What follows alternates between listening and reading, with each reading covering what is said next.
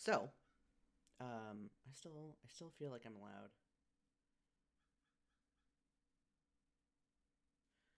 So,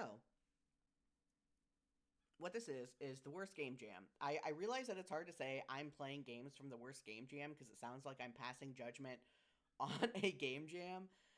But the context here is that this is for a server for a podcast network. Is it called the worst podcast online? Now I can't fucking remember what the podcast network's called. I'm just too caught up in the worst game jam. The worst garbage dot online. That's what it is. The worst garbage. And it's got Into the Aether, which is one of my faves. It's got I almost said short game long talk. No, that's similar to a podcast they have, but that's not on the network. Um, Podtimism, Dot Zip. Dot Zip is the one that's similar to short game long talk. They also talk about short games. Frog of the Week, which I don't listen to, Girl Mode, which I don't listen to.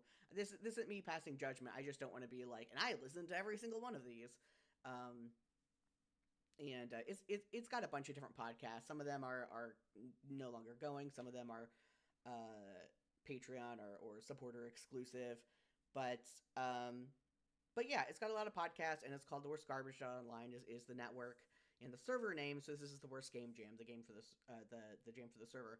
I actually did a game with this or a game for this. I co-wrote it with with Matt, and I am incredibly grateful to Matt because I ended up being sick that week, and it took me a while to notice it because it started off with ear congestion, which for me feels a lot like, I don't know, just general lightheadedness that could be caused by I didn't eat enough, or I didn't drink enough water, or I just restarted my ADHD meds and they're messing with me, or like a bunch of stuff, you know? So I was pretty out of it, and I definitely didn't contribute as much as I wanted, and I'm trying not to, like, I don't know. It's one of those where it's like you just think of all the wrong things with a thing that you made, and I'm trying not to do that because I still think I did a really good job. But Matt was great. Matt did at least half of the writing, wrote for primarily half of the characters, and also did all the visual stuff and all the, I want to say all the coding. It's an ink game, so like part of writing the choices is the coding, but like he did all the JavaScript and stuff. So we'll probably get to that. I do want to show off the other games, not just mine. So the theme was a beacon in the dark, and it was kind of just up to you how to interpret that. It was the theme was based on a title from just one of the podcasts on the network, so we got to submit our own suggestions. But then TK ultimately chose the one he wanted. I can't remember if this was a suggestion or just one that he chose, but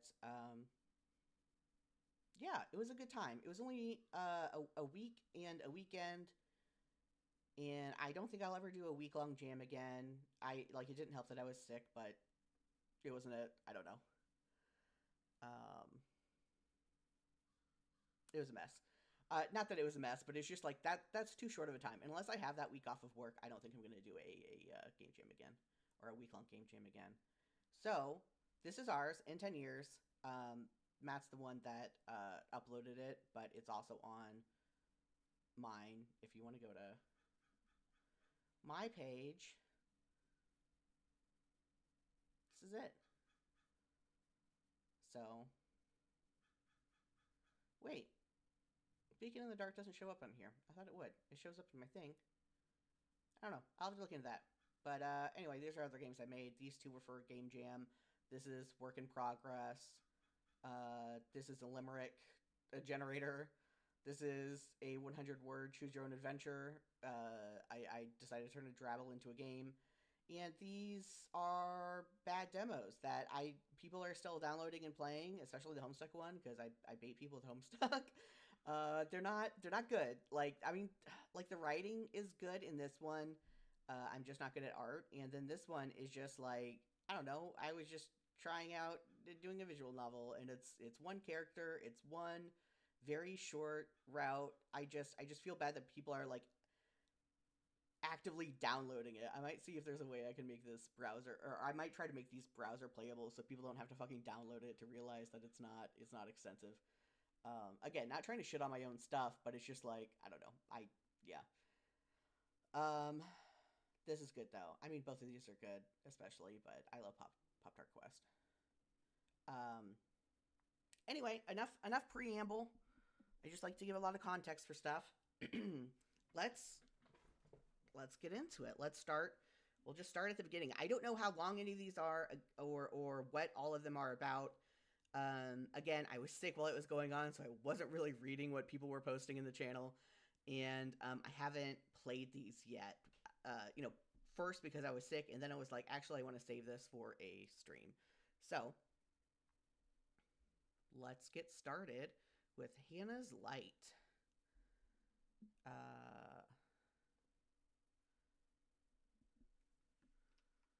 Hannah's Light is a hidden object game about loss. Made in Godot. Godot. I say Godot, and people are and Dami made fun of me. It's Godot. Let's look at credits. So this is supposed to have music.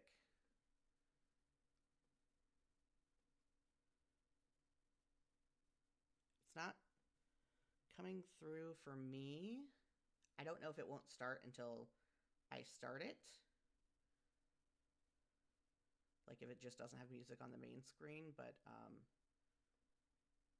yeah, because it's not showing up on there either. But we'll see. We'll see. Let's press start. Okay, there's sound. Here we go.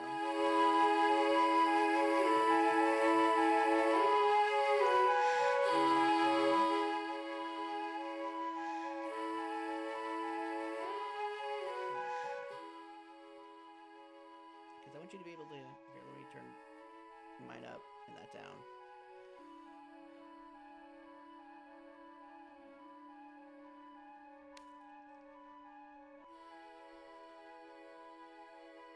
I don't think I can full screen this. I didn't see an option to do that.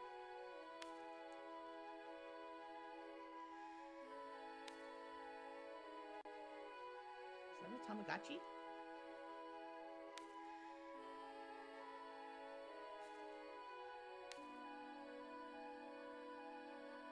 Or is it a walkie-talkie?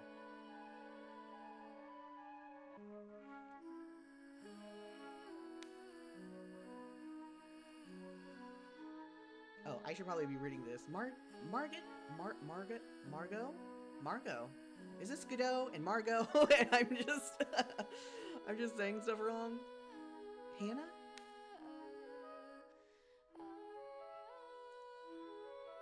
Yep, that's me. Why did you come back? I need a favor.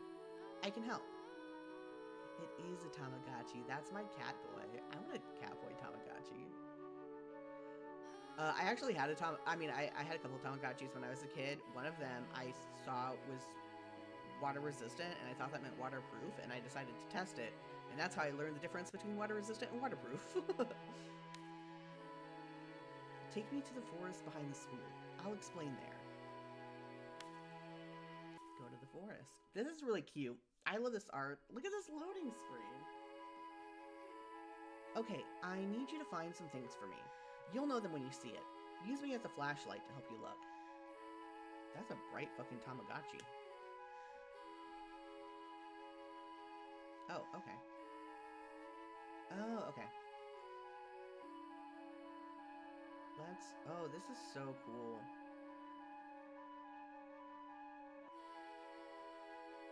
Me when I want to, steal everyone's ideas for my own game. Which is how you do games. You play games, you get good ideas, you put it in your game. That's how you do art. Footsteps? Footsteps?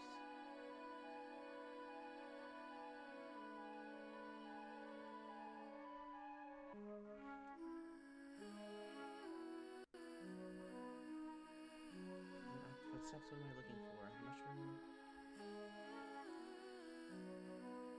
Am I bad at games? Oh, yeah, it's highlighted. You know, everything else has been highlighted that I was looking for before, or that I was clicking on before.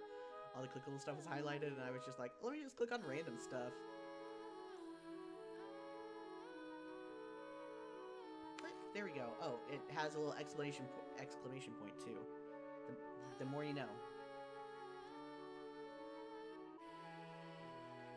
How was I missing those? I'm very smart. I'm good at games. 3 of 3. Okay. Oh, and then I click on this. Cool. Look at my little guy. Candy. Her favorite, was it? Yum. Wallet? Give you some money. This would taste better if it had a real license and not just a learner's permit. For real? That's so funny. I guess that kind of has them as, like, 15. I mean, I guess you can get a learner's permit. I don't know. Can you get a learner's permit when you're 16 and up? I don't know. Band-Aid. Are you gonna eat the Band-Aid? What a childish design. Okay, this is all the stuff that I picked up. This is really cute. The music's great. I already can't believe that this was made in a week.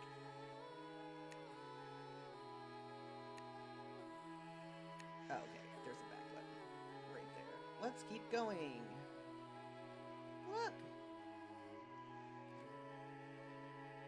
Like, genuinely, I'm just already amazed. A little keychain. Can I see something? Did something move? I've also been watching a lot of Jacksepticeye play horror games, like the 3 Scary Games series he does. So, I mean, I know this isn't a scary game. It's a, yeah, but yeah, I thought I saw something move. Okay, there's a shoe. There's a broken phone. I mean, it looks like this might be a game. I don't know. It's a game about loss, but again, I think I'm kind of horror game brained right now because of all the scary games I've been watching. A broken phone. Look, you got legs. You did the Pokemon starter evolution thing.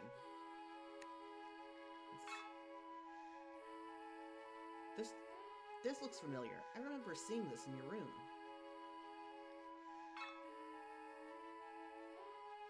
Well worn and well loved. Nice and chewy.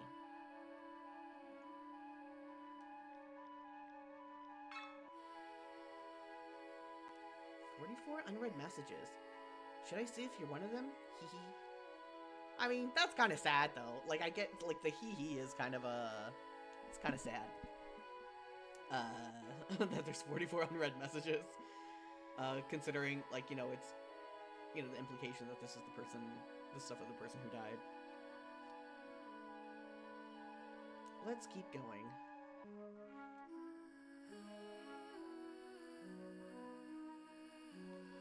This is such good music. Oh, okay, there was something. There was something there. I'm not making this up with oh my god, there's hair. That's a lot of hair. That is a chunk of hair. That's either, like, cut out or ripped out. Which, you know, maybe it was a lot of hair just to, like, make it easier to find and highlight and everything. An apple core. Oh, okay. Okay. That's a skull. I guess it is. That's my cat boy, so it makes sense that you're turning into, like, a cat boy instead of just a cat. Lock of hair. A little too Victorian to be holding on to something like this, isn't it? Okay, so it is just like a cutout lock of hair. Apple core. Dot dot dot. Really? That was like one of the 2 actual food items. I mean, you know, people can eat the core. It's not something I would, you know, call I don't know, normally give someone to eat, but skull. Just what I was looking for. Let's keep going. Let's click on the right thing. Is that the phone? this? Oh. Oh my god. I want this Tamagotchi. Can I get a... I want a cat boy. Hannah? Phew. Nope. I was never helping with your problem, silly. You were helping me with mine.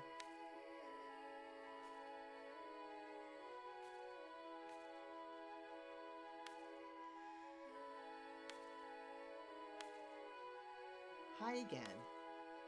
Wow, you really are miserable. I'm feeling generous, so I will give you a choice. Choice 1. I made you a new toy. It reminds you of Hannah, right? Take it and go back home. Choice 2. I can make you a cat girl, but you can never go home if I do that. Shut up! I don't get you at all. That's fair. You don't have to trust me. Nothing to lose answering my silly question, though. So, which will you choose? Oh my god. I guess I'll replay this again to get both endings. Return. Oh my god, I love him. Alright! Thanks for playing. This is so cute. Okay, let's try it again.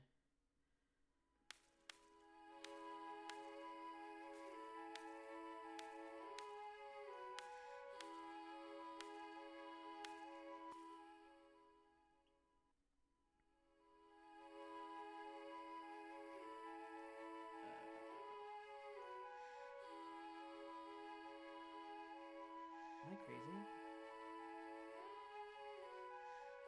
Okay, candy.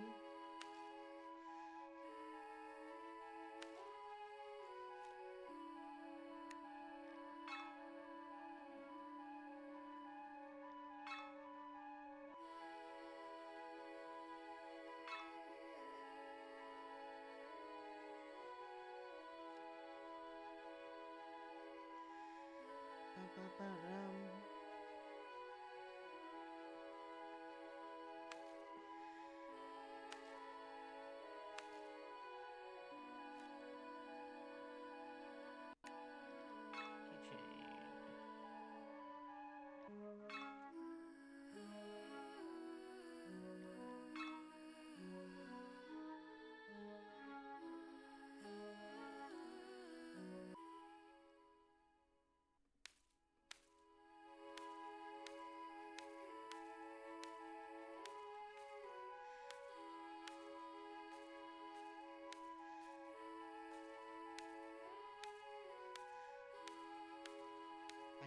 I do love me a cat boy. Leave. Look at him. Look at that. Look at that smile. That's super cute. Okay. That was really weird, parentheses, positive. Like, your friend died. You have a Catboy Tamagotchi that I guess was your friend's. Or it was similar, or it was something that, maybe your friend also had. Like you both played the Tamagotchi thing. And you go out into the woods and find all this stuff for, little Catboy Tamagotchi. But it's like, there's someone sneaking around out there, I guess, and you find a skull and hair. Like, it looks like someone ran out there and was murdered. But, like, I don't know. That's, it's interesting. Like, I don't know. That's cute, though. Okay, let's go back to the start screen and look at the credits again. Emily, art and writing.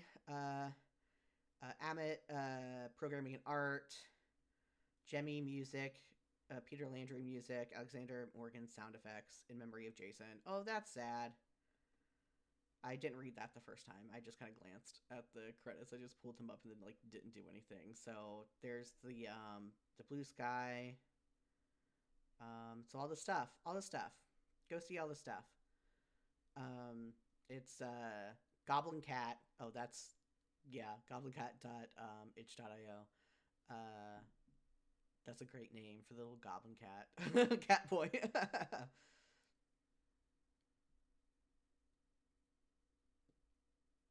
This is cute. Actually, was that the main screen to begin with, and I just wasn't noticing?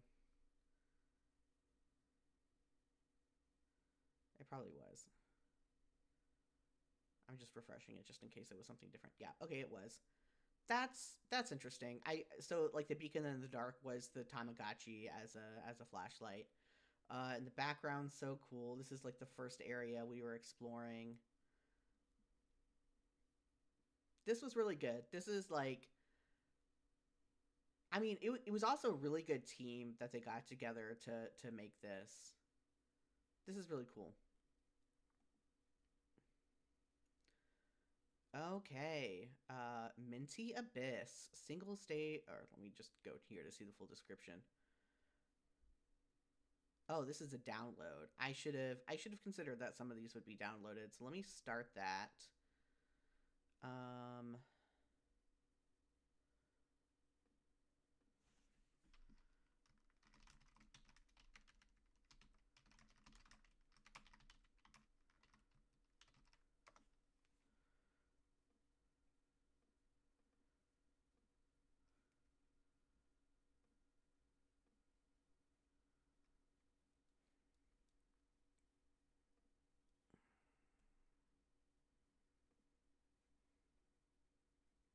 okay, that was actually really fast. I thought I might have to like do something else while it was loading. Documents.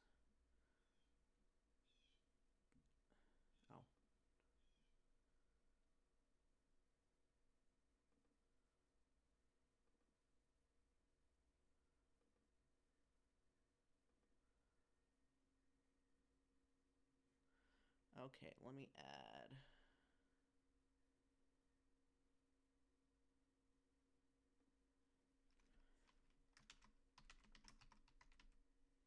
Oh, that's the wrong one.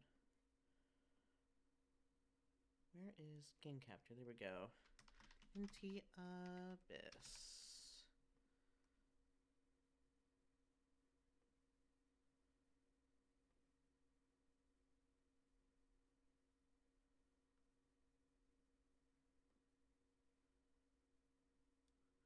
Why is this not showing up?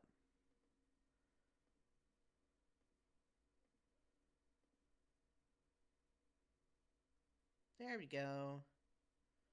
Capture audio.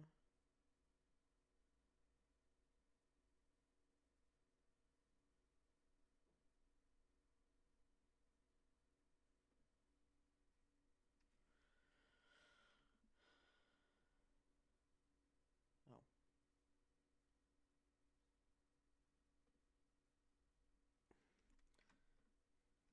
press fire button.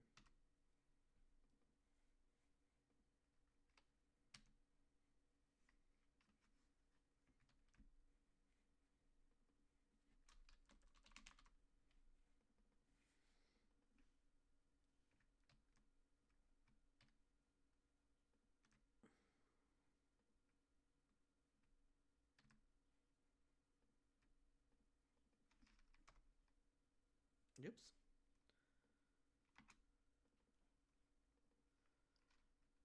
Where's the fire button?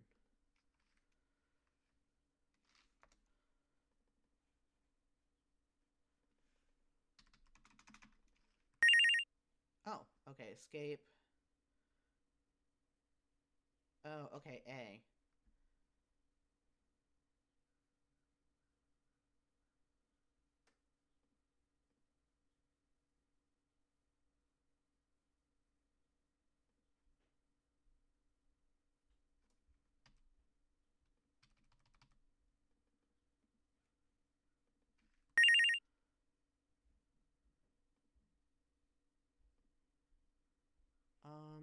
Yeah, let's make this.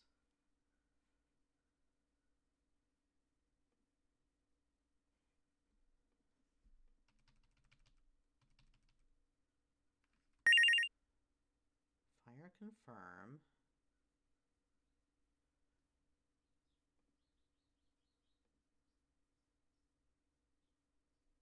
Oh, it's keyboard. So is it Z?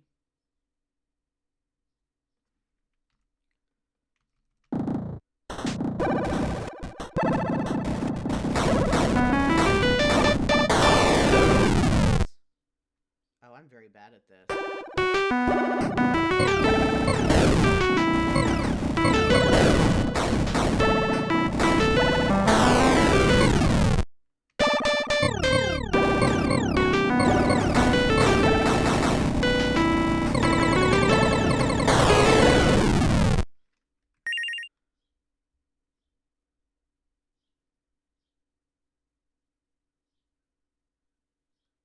Yeah, it really just is.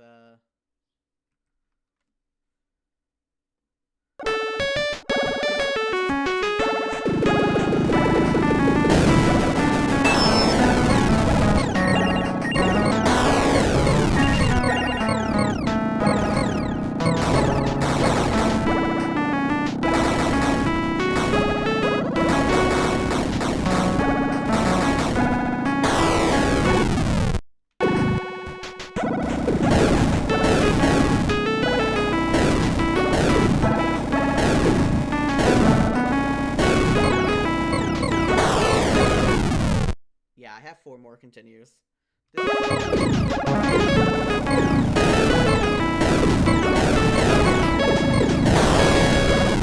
Reasons for it.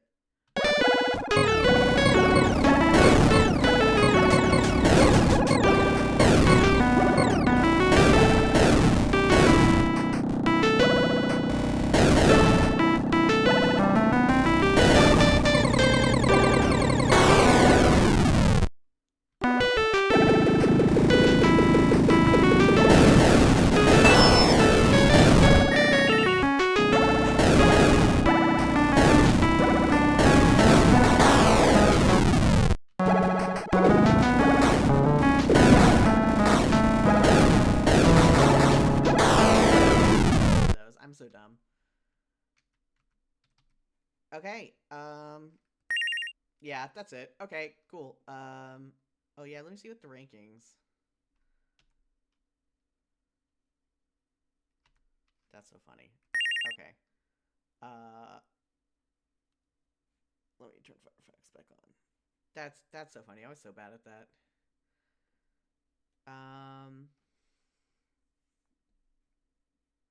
Let's that was fun though. That was good.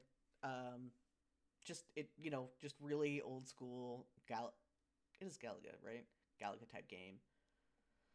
Lumen Eater. I really should have thought that these would have downloads and I could have done this beforehand, but I didn't.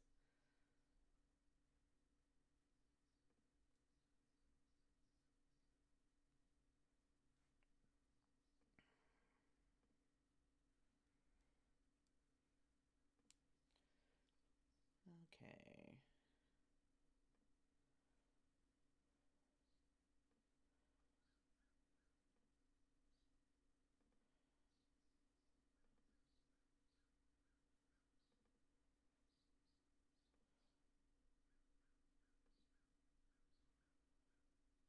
Hold up.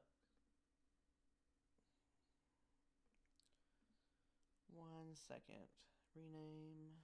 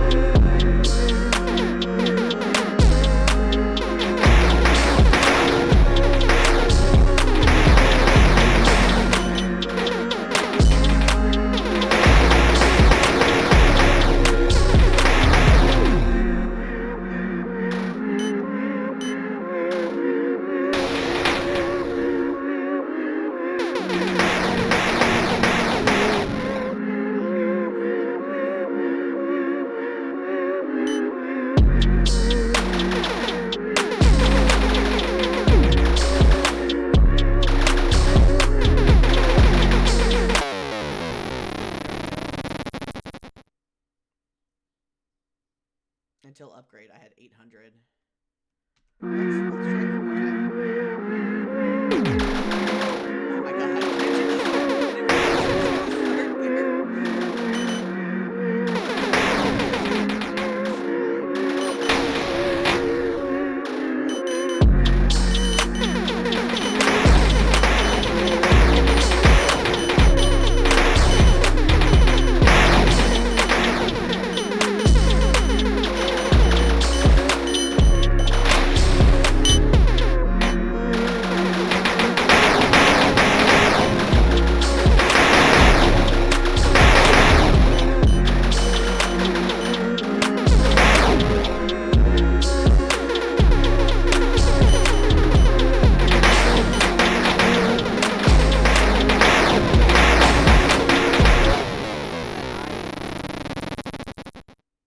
tend to stay at the very back of the screen and I'm just very defensive rather than yeah.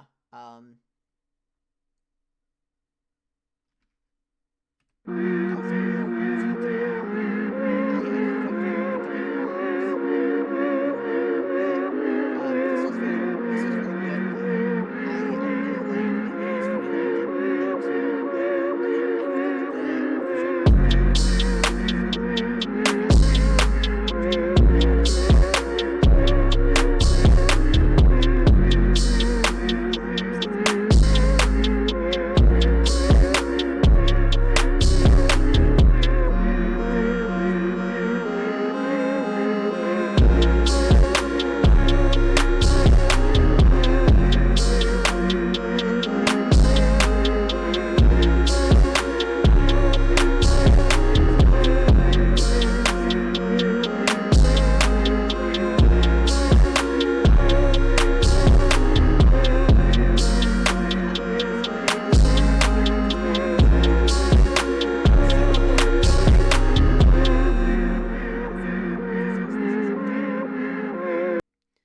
Let's see what we have next.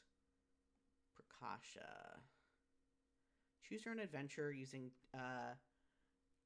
tarot and dice to guide you. Ooh, I love that. I am really big into I'm really big into tarot. There are people who are like really big into tarot. But I go off and on. It's it's one of those hyperfixations that it's just like sometimes this is what I'm all about. Like I try for a while I was trying to do daily readings and uploading it to my blog, but keeping up with daily stuff is hard because it's just like one more thing you need to do every day. But mm,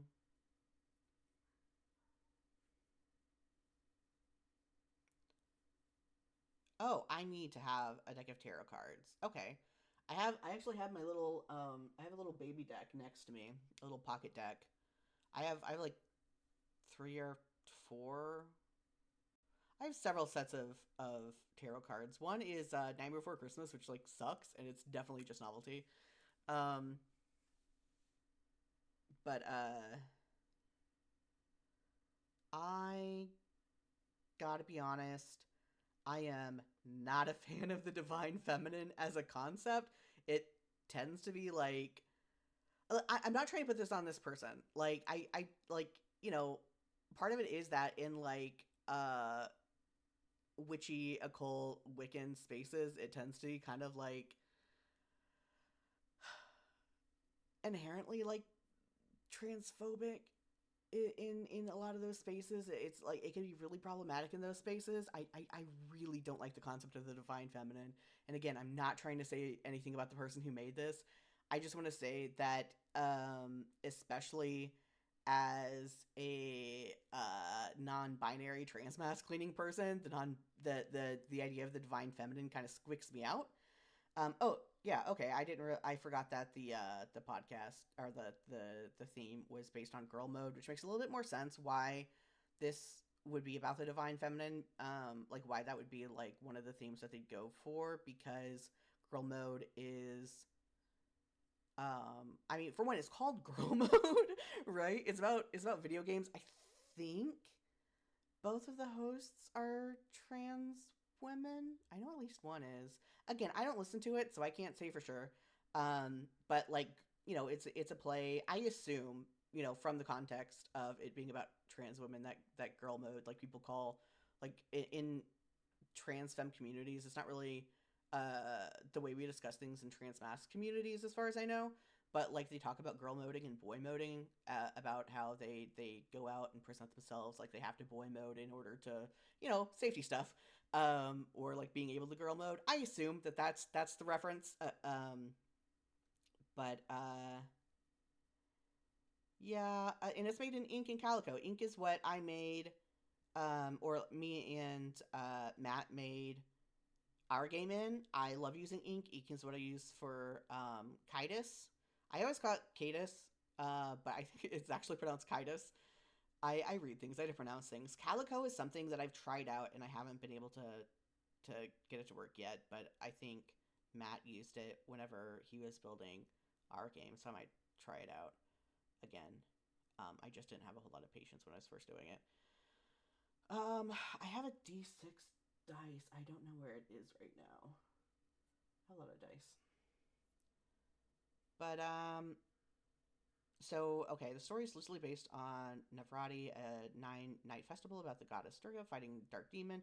The festival also celebrates the divine feminine. So like again, this is obviously like a culture that I am not, that is not mine, that I don't have a lot of familiarity with. I'm sorry. I just like the divine feminine just immediately is a squick for me. But like I did miss the part where it was about a different culture. Um so like that definitely has some different connotations, and I don't want to put like primarily white Western uh witchy culture discussions and problematic stuff on a different culture's festival of the divine feminine. Um so I'm sorry about that. I should have read that more thoroughly. I just saw divine feminine and I was like, "Oh, I'm dead now." Like this sucks, especially like using a tarot card.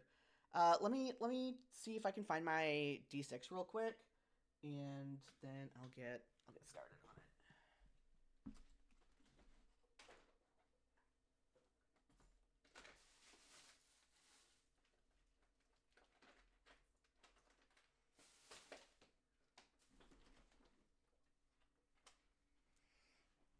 I have a lot of dice.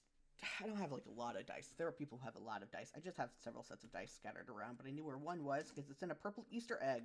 Because this is, Easter's coming up, and you should know that the little plastic Easter eggs you get can fit a set of like typical D&D dice, like the D20, the D6, the all of the dice. It can fit it pretty perfectly, so you don't have a container for your dice. You can just use that. Okay, so I got my dice. Let me get my tarot cards. This almost makes me wish I would have like had my camera on so you guys could see my stuff. But I guess I could say that the tarot set I'm using is by Fabio Lestrani. It's called the Night Sun Tarot. I primarily just got it because it is pocket sized. I actually have like a little keychain tarot deck, but that's just like I'm so afraid of losing any of those cards. They are so small. But okay, let me shuffle this. Oh, you know what? Let me go ahead and get the game started while I shuffle. Okay, you know what? I should have realized that this was like based on another culture. Just from this, it's just like I said. I just saw the words divine feminine, and it just has such bad connotations in Western. I don't new age, occult, Wiccan, like whatever you want to call pagan. There we go. Pagan's the word I was looking for. In Western pagan, I can only speak of like the Anglosphere of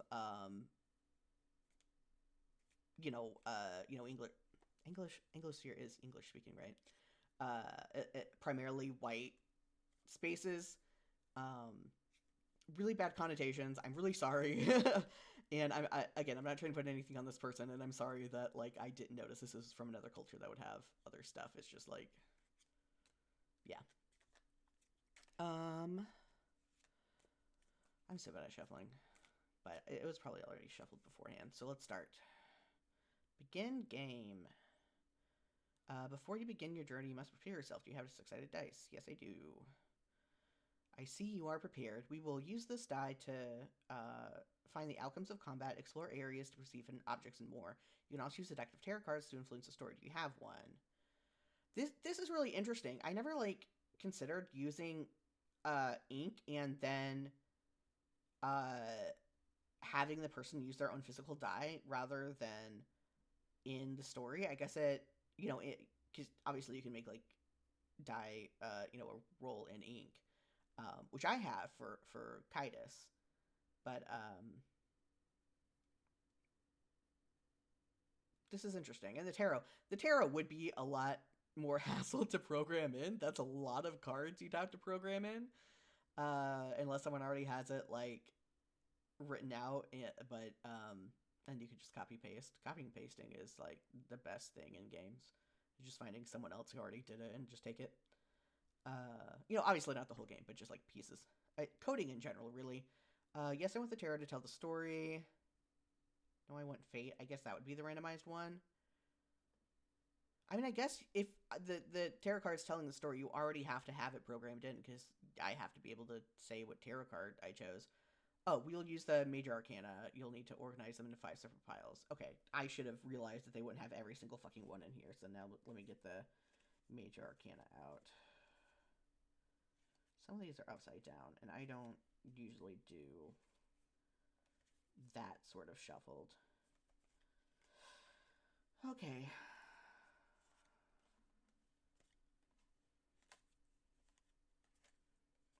Just because I'm into tarot, but I'm not into it enough to I still have to look up what upside stuff means, much less interpret the reverse. I still need a lot of practice, and I'm not doing a lot of practice because I'm not doing it daily or even weekly or anything. It's something I'm going to get back into.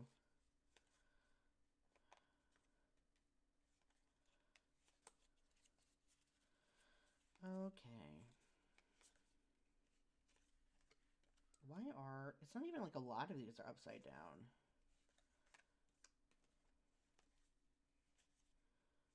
Which would be I did it on purpose. I must have just, I don't know. I hope I'm not missing any.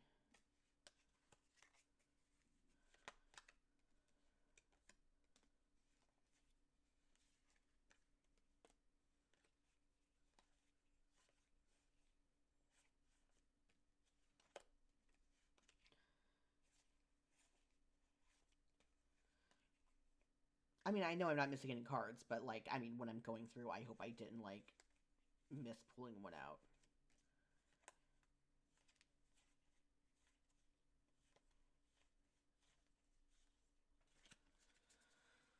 Okay, how many cards was that?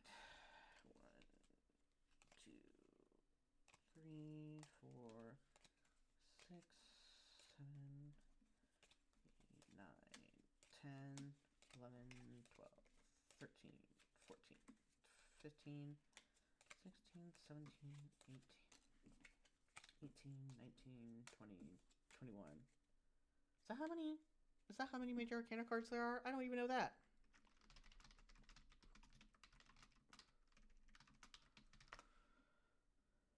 $22. I'm missing one.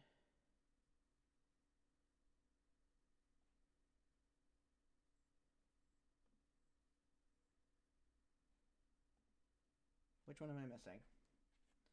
I don't know. I'm not going to go look it up because I need to shuffle these, and I don't want to have to shuffle more than I have to. Cups, swords, wands, cups, swords, pentacles, swords, wands, pentacles, cups. Cups, pentacles, cups, pentacles, wands, pentacles, wands, cups, swords, pentacles, pentacles, cups, wands, cups. Oh, there's the moon.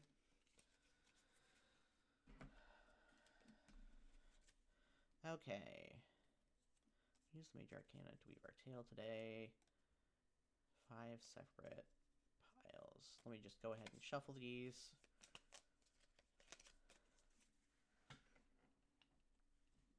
And make some more room.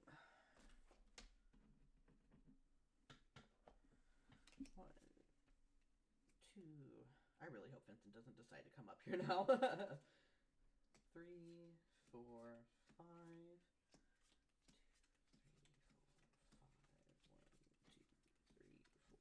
5.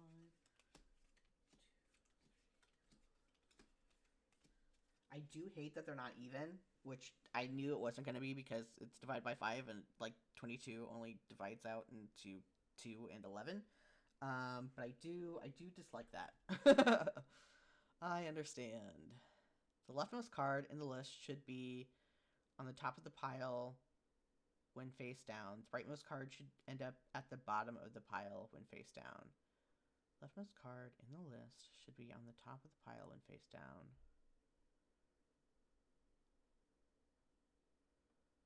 Do I got it? Oh, I thought I had to shuffle. God damn it. Arrange the cards in the specific order listed below. Fuck my life.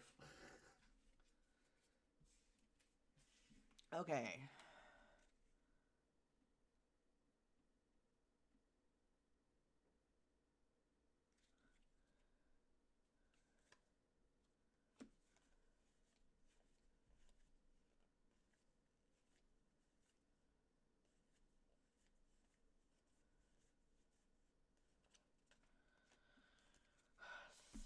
This is why you read the full instructions. You know, I don't know if you guys had this test in school where like you were given a test and at the top it said read all instructions before you begin, and the instructions were for you to do like goofy shit like wink at your teacher or like write certain things or whatever.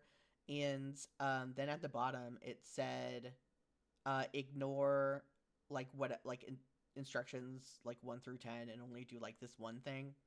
And I definitely did not do that. I definitely just started going number by number down, and it just really is like, no, you need to read all the instructions first. Okay. The rightmost card should be at the bottom of the pile and face down. So, the Magician is on the top, and the High Priestess is on the bottom. Empress, Emperor, and Hierophant.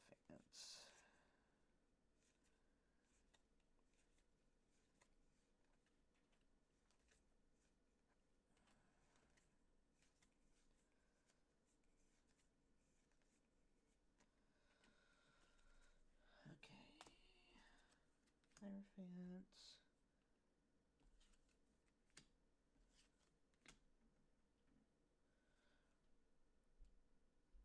The Lovers, the Chariot, and Strength.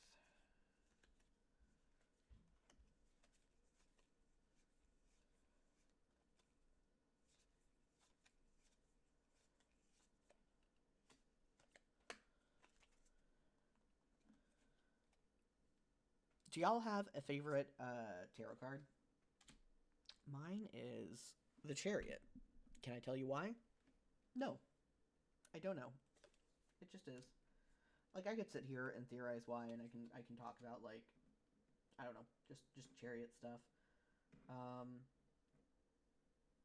there's like some astrology stuff connected to the Chariot, and I don't know. It's not like my astrological card or whatever. I'd have to look it up. I have it all written down somewhere. I don't have this stuff memorized.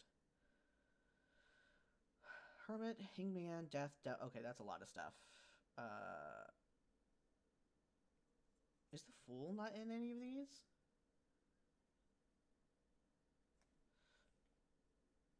Oh, what about the Fool if I scroll down? Okay, well, let me set the Fool to this side. So we have Devil, Sun, Temperance, World. I know these are for a lot of these are from the second pile. I only have 2 piles left, so I'm just setting them out. Hermit, Death,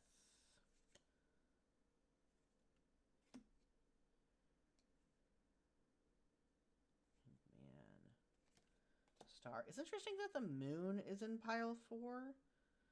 I thought I was getting like a general vibe for stuff, but maybe I just don't know. I don't know. Wheel, Justice, Judgment, Moon, Tower. Okay.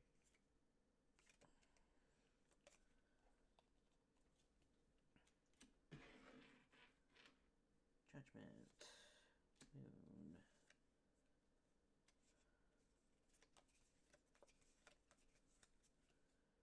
Tower.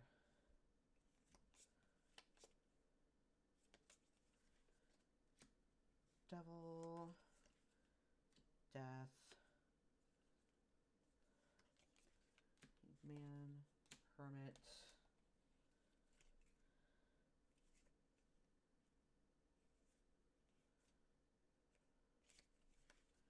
World. Sun. Star. Temperance. Justice. Wheel. Okay. What about the Fool? The Fool will sit in front of you in the center, face up. I guess it makes sense.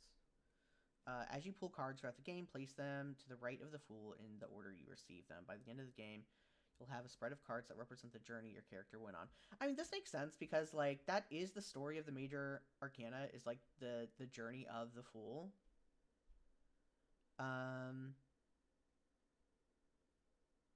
So, yeah.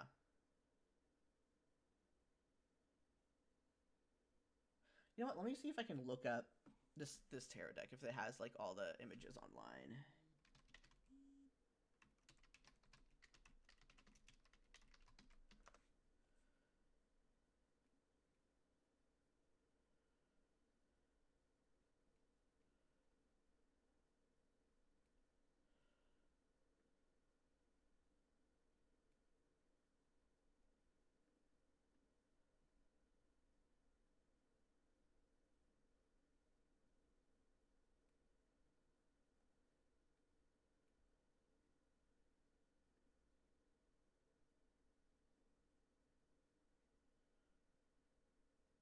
It makes sense that it would not, but, you know.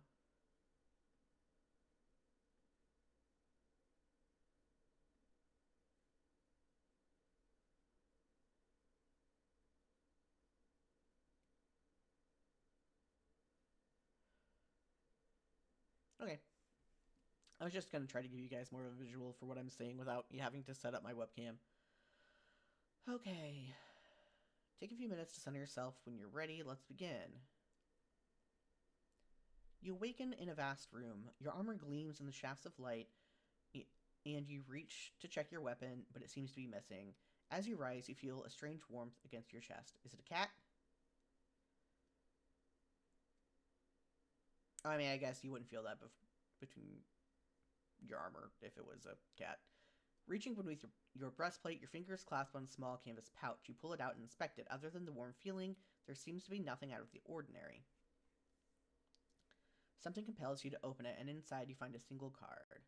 The Fool. You put it back inside your pouch and look around at your surroundings. This is so fun because I'm currently in a Heroes of Light game, which is a ttrpg based on Fire Emblem, and we decided to use another ttrpg system, Artifact, to make our Fire Emblem, which Artifact is supposed to be one player, and we did it between 3 people, which was interesting. And our Fire Emblem ended up being a tarot card, and one of the cards went missing. So now one of our party members has the strength card just hanging on to it. So I don't know. It's fun to just have a patch that has like one tarot card in it. Obviously, this is more thematic for the Fool, to be the single card that you have, but still. You put it back inside your pouch and look around at your surroundings. There are a few other rooms that you could explore if you go deeper into the temple.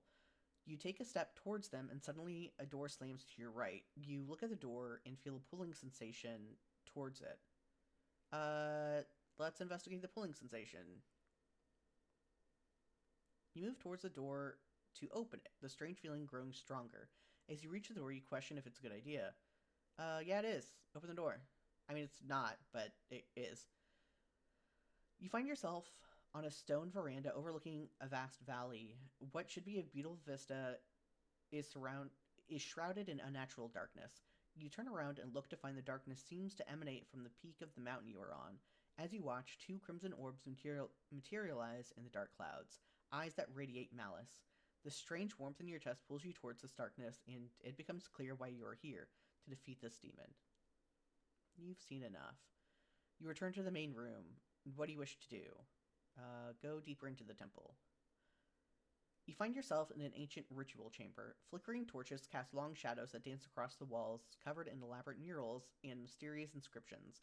Although this temple seems to be abandoned, the air in this room feels heavy and rich in power. Study the murals, examine the inscriptions. I'll do the inscriptions first. I'm thinking I can do both of them, but just in case. What is going on my phone?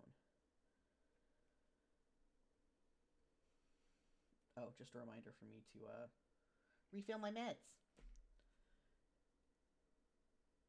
You try to read the inscriptions, but they seem to be in a language you don't understand. There is one word you make out that seems to repeat often that you understand. A name, Prakasha. Step away from the inscriptions. Study the murals. This is interesting because it's also in sort of a like a text adventure game format, you know, where you would like be in a room and you would say like go right or inspect this. Which is kind of what I made my 100 word game I made in Ink is kind of like that. I don't know. I mean, obviously, except you're not typing, you're clicking on stuff. You could probably hack Ink to make that, but there are other actual like game systems, engines, whatever, to make those in, so it would just be a wild choice. But someone hacked Ink to make a calendar, or not a calendar, a calculator. So people do shit. As you gaze upon the last image of this radiant warrior, something stirs within you. Reach out to touch the glowing figure. Step away from the mural. We're gonna do the things.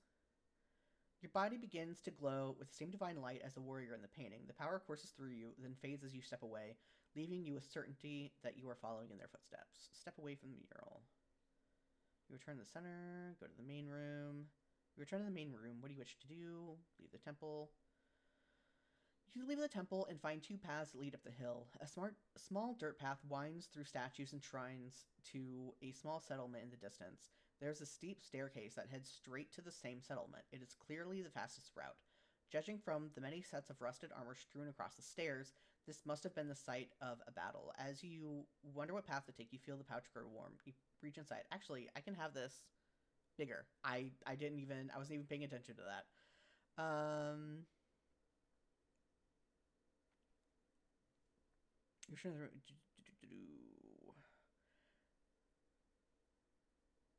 There's a steep staircase that heads straight to the same settlement. It is clearly the fastest route. Judging from the many sets of rusted armor strewn across the stairs, this must have been the site of a battle. As you wonder what path to take, you feel the pouch grow warm. You reach inside. Pull a card. Shuffle pile 1 and pull a random card. Okay, this is how they're doing it.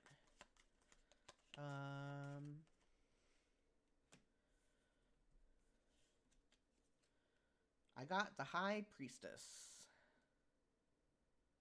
See, I don't need visual elements. It has the visual element in here. You pull the High Priestess card. You walk up the winding path. It might not be the quickest way forward, but every time you pass a shrine or statue of a god, a feeling of power grows in the air. You stop and close your eyes, praying to the gods for luck on the journey ahead. Roll a dice. What do you roll? Oh yeah, I need to start putting these to the right. A 3. You rolled a 3. The feeling in the air grows strong, and you feel a rush of power around you. Your body feels stronger, and although you can't place it, there's a divine energy at your fingertips waiting to be unleashed. You look up and thank the gods for the gift. The divine energy isn't unlimited, but you know you currently have enough to defeat this demon. Well, that's nice. Continue down the path. You reach a small village. Something feels wrong here. The streets are too quiet, and the few villagers you see are either lying on the ground in defeat or hurry past with their heads down. Your patch warms again, urging you to draw another card.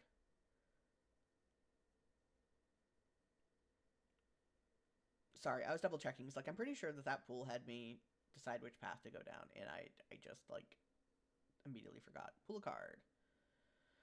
Shuffle pile 2 and pull a random card. So I assume after this there's going to be 3 more choices. So it's like one pile for each event, which is definitely interesting. Shuffle pile 2, pull a random card. Shuffle, shuffle, shuffle, shuffle, shuffle, shuffle. The Emperor. If I knew more about tarot cards off the top of my head, like if I'd been recently studying them, I would have something smart to say about the cards I'm pulling and how it makes sense for like what's happening with this. But I don't. I haven't been. It's been several months since I've been looking into tarot cards, and yeah. The Emperor. You pull the Emperor card. You pick a direction and start walking. Soon you arrive at the largest building in the village. Inside you find the village chief sitting behind a large wooden table. We don't provide we don't provide handouts to travelers for free, he sneers, barely looking up from his desk. So would I have met someone else if I hadn't pulled the Emperor? I'm just passing through. I'm on my way to defeat the demon. The chief laughs loudly, shaking his head. You, a woman, thinking you can defeat a demon? His laughter rings through the room. You must be crazy. He stands, pointing a finger at you. Our strongest warrior has already left to defeat the threat. This is not a quest for someone like you. He gestures towards the door, dismissing you with a wave. I mean, I have limited divine energy, so I don't want to potentially waste it here. That doesn't fucking... I'm just gonna leave the building. Like, whatever. You glare at him for a few seconds before turning away and leaving. You exit the building, the chief's laughter echoing in the wind. You resolve to defeat the demon and prove him wrong. You feel the card you pulled grow cold and lifeless. You hold it in your hands, then crumble it and toss it to the wind. Leave the village. Like, if I had made another choice, like, done something besides leave silently, would have done anything? I don't know. You leave the town and continue up the hill. You come across a junction in the road with 3 paths. Your pouch grows warm. You reach inside. Pile 3.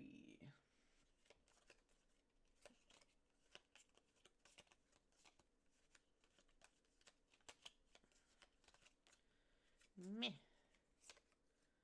The Lovers. R.I.P. the Chariot.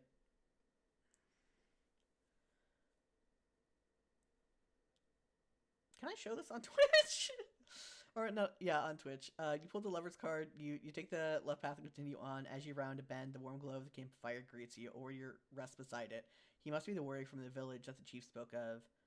Let's say hi. Approach. He meets you. His eyes meet yours as you approach, and he gestures to a spot by the fire.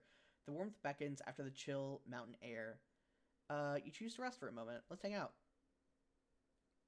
This is taking so long for that to go away. I don't know if I can show that on Twitch.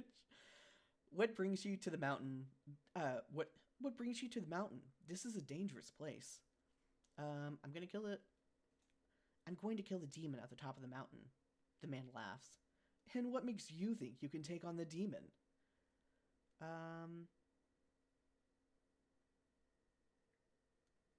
I mean, like, this is something I do know, so I don't know if this is something that shows up because I went to see the thing.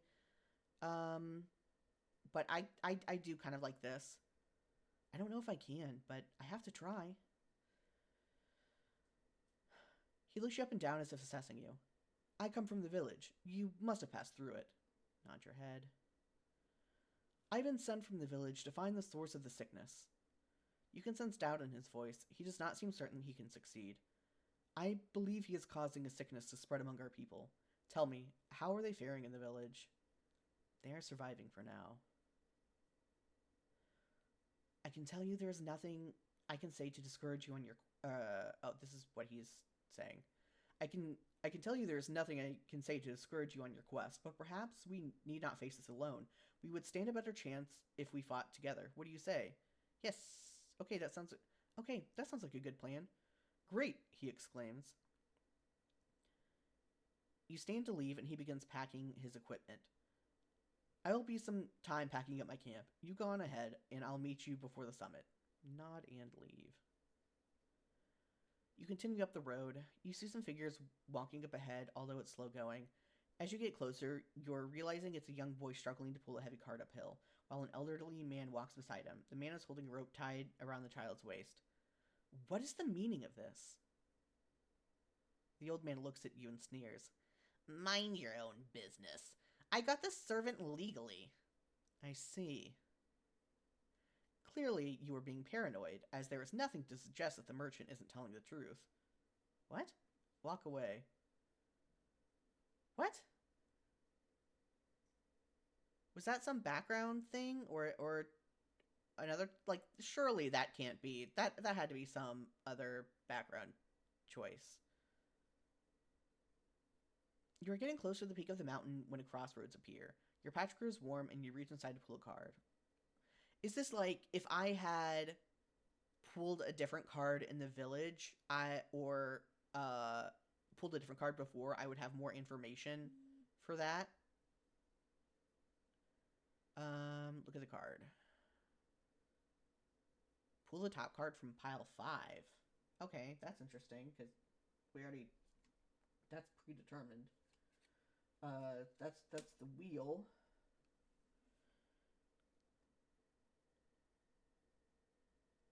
You pull the Wheel of Fortune card. You hold the card to your chest and begin walking. With every fork in the path, an unseen force tugs you, guiding you to the right path. The clouds roll in, swallowing the path ahead, but you press on undeterred. The world around you is nothing but shifting mist until... Watch out! A sudden gust of wind brushes toward you, carrying something with it. Instinctively, you reach out, fingers closing around another card. The one that was in your grasp flutters away into the swirling fog. Look at the card. Pull the next card from pile 5. Justice.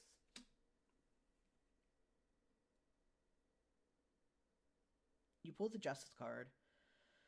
It takes only a few more steps, but you break through above the clouds. The sky stretches endlessly above you. There's a signpost ahead, and make your way towards it. As you walk, your mind wanders to idle thoughts. What will happen once the demon is defeated? You reach a sign. It is weathered and unreadable. Look at the card. Oh, there's a card stuck to it. Pull the next card from pile 5, which is Temperance.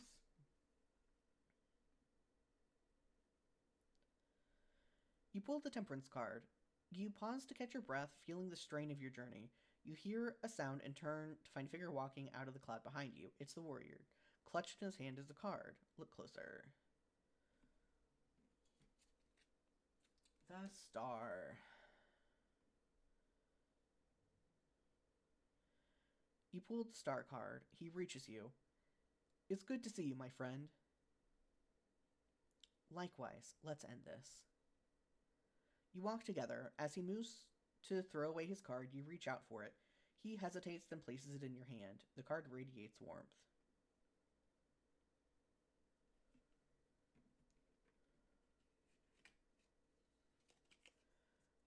The Sun.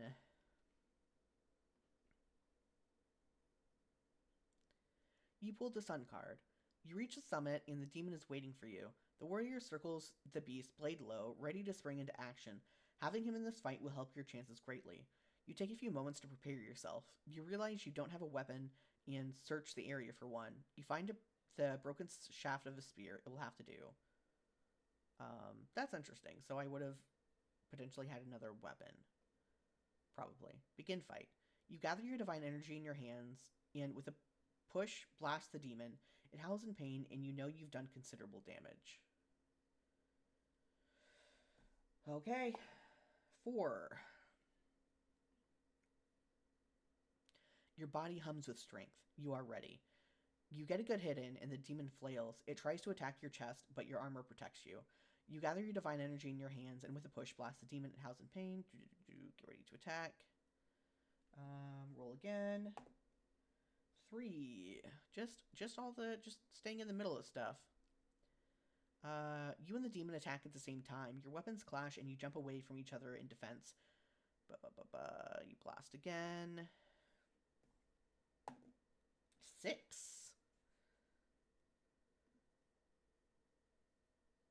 Hell yeah. You expertly wield your weapon and deal a devastating blow to the demon. He cannot take many more of those. With a flourish, you bury your weapon into the demon, who screams in pain. You stand strong and channel all the divine energy you have. You know this is the final moment. The energy burns holes into the demon, who cries out impossibly loud, but there's something wrong. Despite his injuries, the creature still clings to life.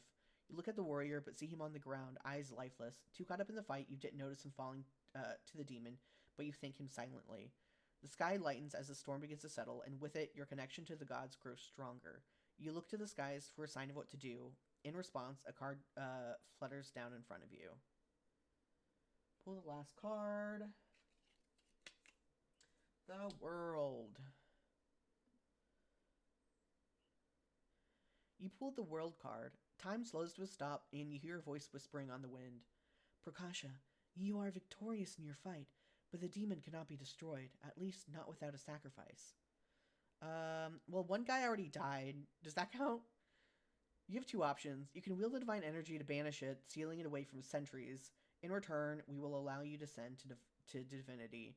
Or you could sacrifice yourself, binding the demon forever in stone atop this mountain. You will save the world from this demon forever, but your soul will never know peace. I don't know. Internal, like I was ready to do the sacrifice if it was just dying, but like eternal suffering is an entirely different concept. I will simply let other people come back to it in a few centuries, and we can just keep that going. Um, like it's different for like temporary pain and death, but eternal suffering is like, I don't know. I'm someone who is freaked out by the concept of the afterlife because the idea of existing forever is extremely scary for me. Like, I mean, it's very an existential dread sort of deal. So not only would I be existing forever, but I would be existing forever badly. So I'm gonna ascend. You take a final breath before directing the beam of light onto your own body. Immediately, you grow, consciousness expanding, transcending, becoming something greater. At your full strength, you wrestle with the demon, consuming its darkness in a blinding radiance. It disappears into the underworld to begin recovering and collecting power for next time. For a fleeting moment, a thought lingers. The demon will almost certainly return one day, but you remind yourself that when that time comes, another warrior will rise, guided by your light, and walk the path you once took. The cycle will continue. Okay, cool. Yeah, that was really interesting. Using the cards was interesting. Definitely it makes more sense that the piles weren't randomized and they were actually like certain cards for each pile, or else that would be a lot of variables to contend with. So I really should have continued reading the instructions before I tried doing stuff. But it was interesting. Again, I'm sorry for like the divine stuff at the beginning. It's just like, I don't know. I don't want to get into the state of intercommunity trans discourse right now, but it's got some issues, and yeah. But this was cool. This was a lot of stuff to do in a week. It was interesting where I could see like, oh, what could have happened here if I pulled a different card or maybe rolled differently, because there was one roll like early on, but I think that was the amount of power you got maybe. Um, yeah, this was neat. I actually want to remember to send that to my friend who's I don't know. I said my friend is Tommy, who's like really into tarot and stuff. Physical games. I probably um yeah, this is a pen and paper game. So I I forgot that there was a physical game. I think I remember seeing that. So I unfortunately can't do this. Well, let me download it and see,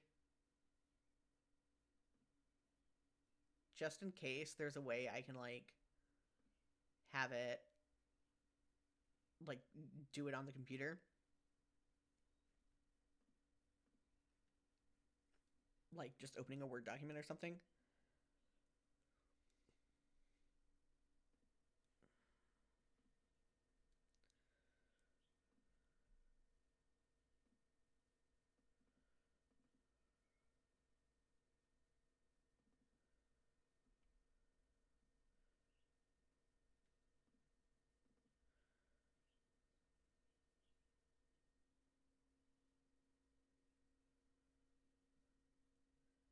Okay, sorry, I'm opening stuff. Okay, let me.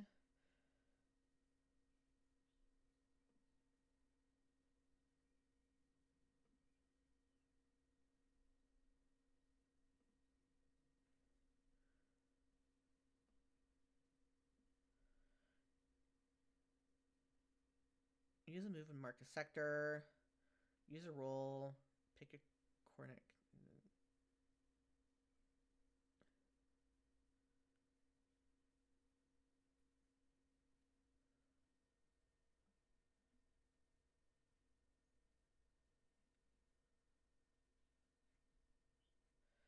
Um.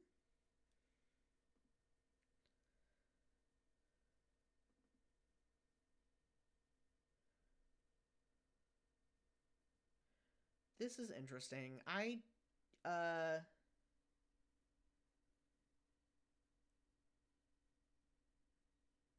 I might come back to this. I need to do a recording later today, so I don't know how much time I'll have. I've already been doing this for over an hour. So I might see if I have time to come back to this. So let me just go back to I actually need to confirm with someone when we're doing it. Okay, lamplight. Short adventure through a dark forest for playdate. I don't have playdate. So I don't think I can play this because it requires the crank. Radio quiet. Deck builder, where you must burn cards to keep the fire lit. Ooh, that's interesting. Windows.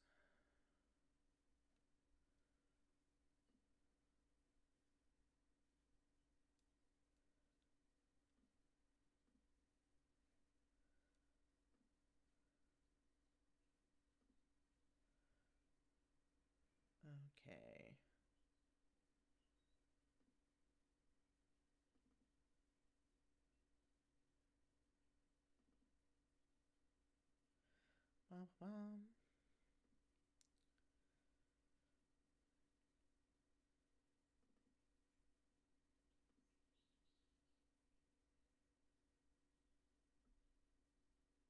Where is it?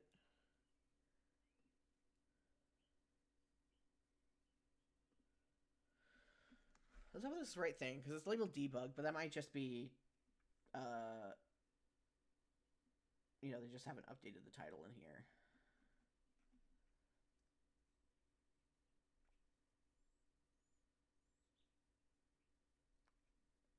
Let me, I do need to ask someone when we're going to record, though.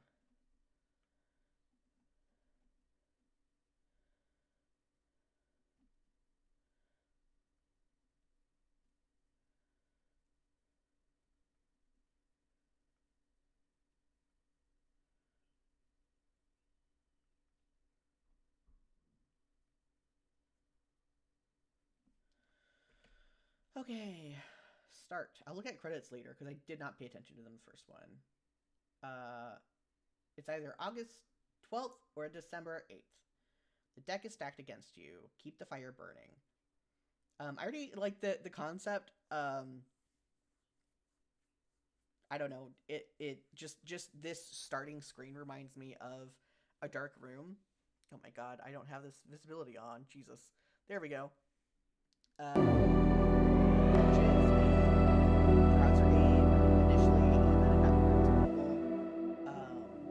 It has a story on the iOS version. I don't know for sure if that story got. I think that they added the story to the browser and the Android version. I don't know. It's been a while since I played. Except that's like an idle-ish game. I don't know how to describe it because it ends up having like go out and explore and do stuff. But a lot of it is like you're getting resources. You have like a village and people are working for the village and build stuff and get resources.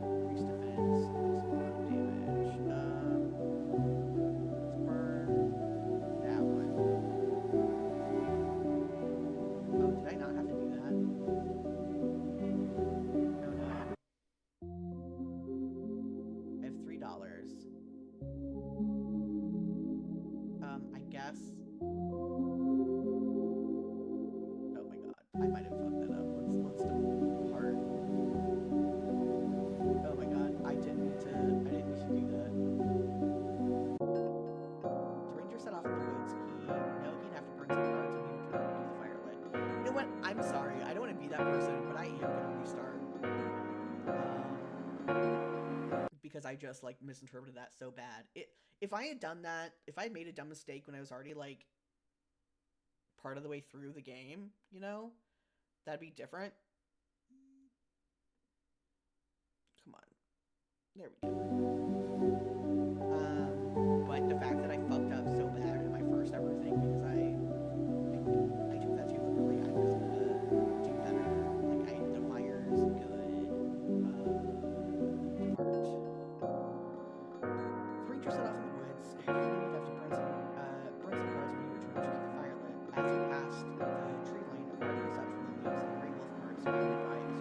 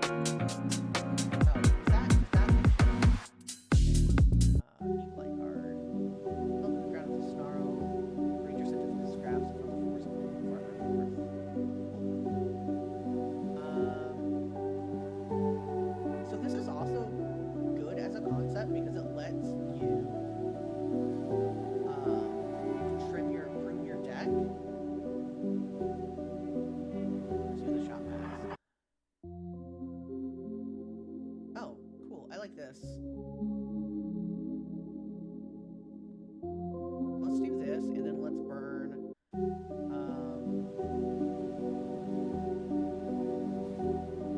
Knife. Okay.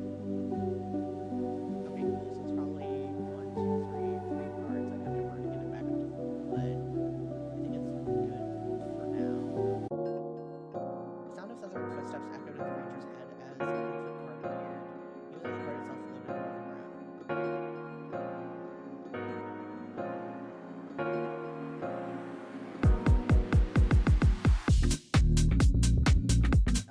Yeah, let me go ahead and I think this increases my attack for the whole. Oh, can I play 2 at once? I can just start. I guess it's a matter of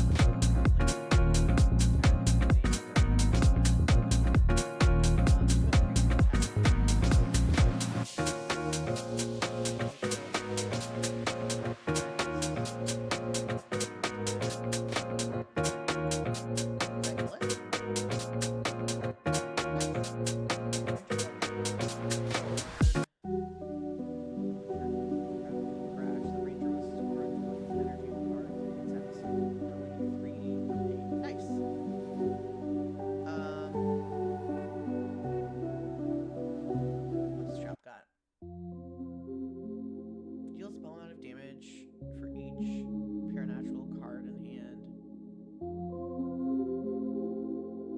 What counts as a paranatural card? Oh, it says it right up there. Paranatural, natural, natural. I think I only have I mostly have natural cards. I don't really.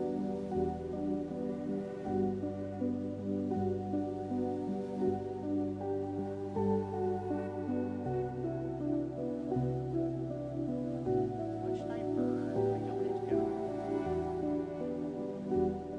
too low.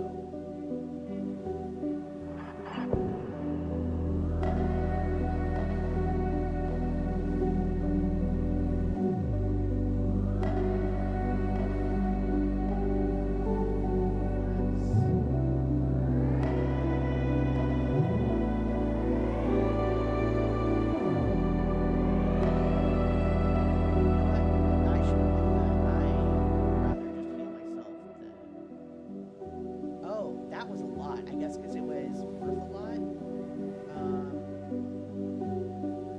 Oh yeah, and the date's changing, so there's August. It's now August 16th. Okay.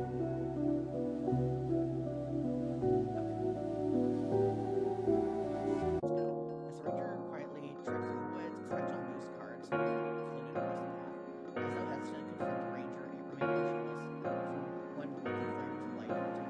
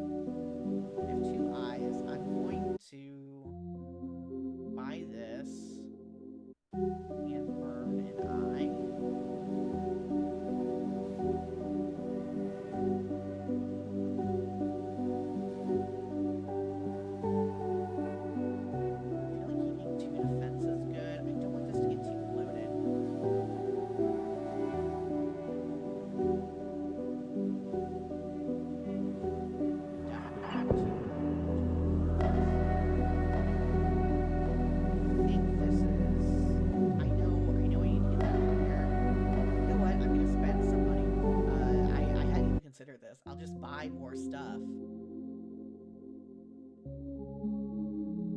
Oh, I shouldn't have bought two. I probably don't need to roll two. So let me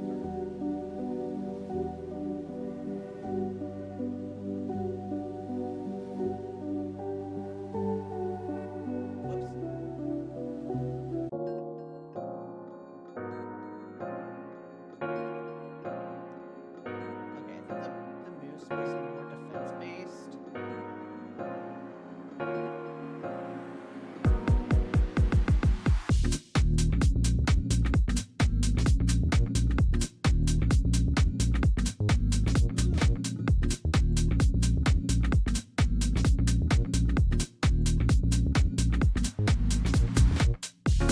No, it attacked me. I'm dead. Fuck my life. I was burning cards. Okay, I know I gave up on the other ones, but I didn't get very far. But I really love roguelike deck builders, so I'm gonna be here until I beat this. I wish I could make the text faster.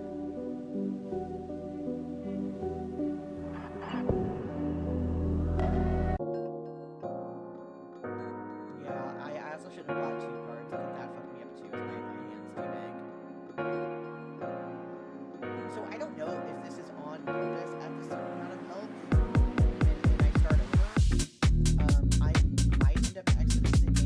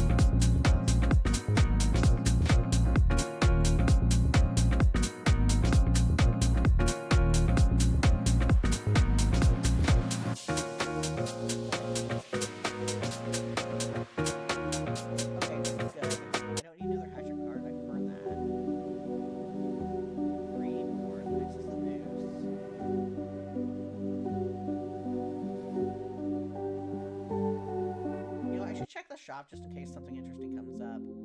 Decrease user's attack to raise defense. Okay, I don't want that.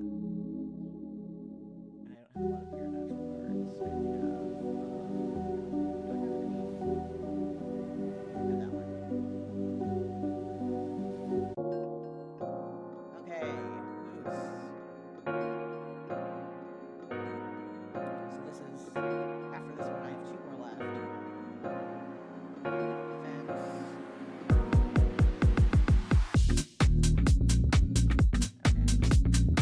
Okay.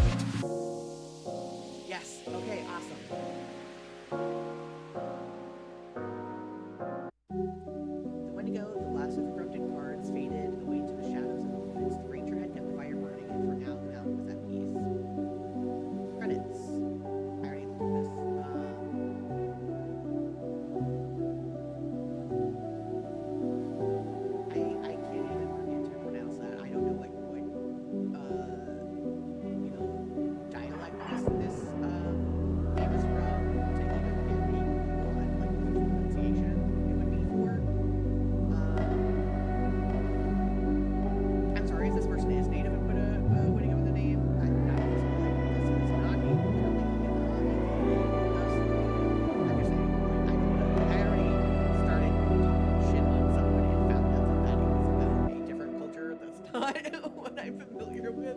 I don't want to do that twice, and I might have, but it's a good game. I love roguelike deck builders.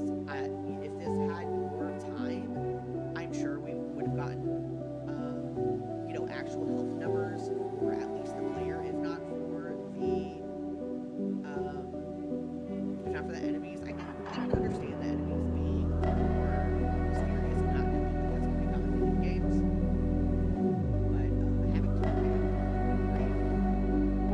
but it's cool. It had a lot of different options. The bring the car was a very good idea. A very good concept about how to keep your decks while still having to sacrifice, like potentially make sacrifices. The economy is messed up, and that would have been something that would be tweaked if this had more time to be made. Because I had like what 35, 40, $50 by the end of it, and I do not need that much money, absolutely. But it's really good. I have more critiques on this one than I had on the others because I really like roguelike deck builders and I really like this game. I like the art style. I assume that if they had more time, the art would have had actual like the creatures on it and not just the Disney guys. I still think that's cool since it's creatures, but it's really good. I really like this. Good job.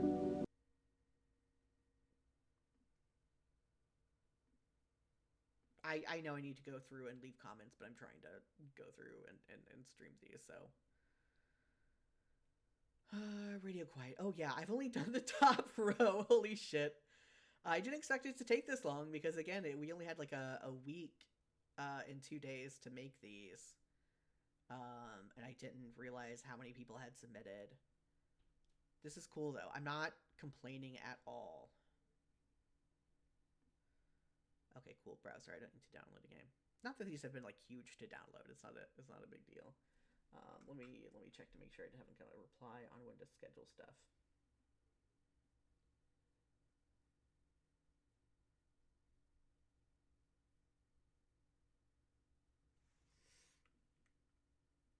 Yes.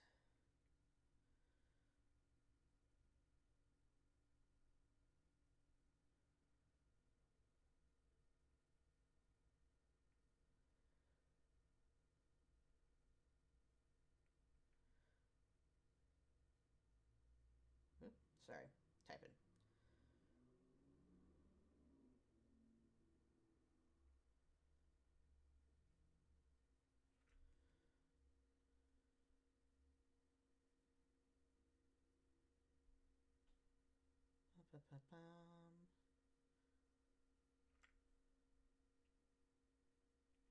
Cool. I guess I could have started it. Run game. Just opening just opening a new window and everything. Loading. Oh no, is it still loading? Yes. Oh, okay. This is interesting. Girl, who do your nails? Undead Noble, champion. This bone warrior has not lost any of its memories. Not its pride, not its privileged training in war machines and calligraphy. Those are two interesting. Oh, I guess it is Undead Noble.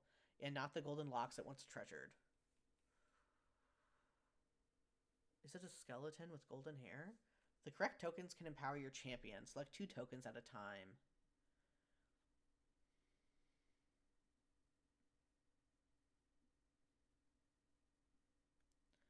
Blooming Abundance. I'm a noble. Is that good? Oh, you guys can't see it. Oh my god, because it opened in a new window.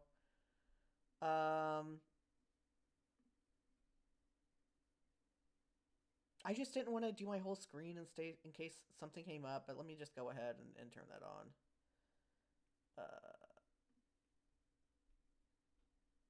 Main monitor. There we go. My bad. Oh, this is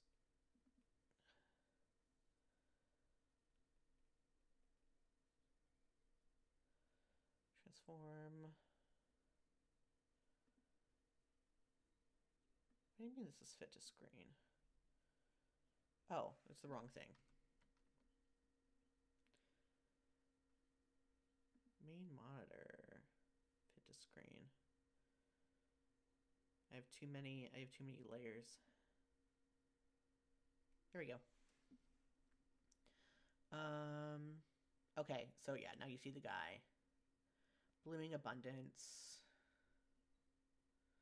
War Machines and Calligraphy. List as a war machine.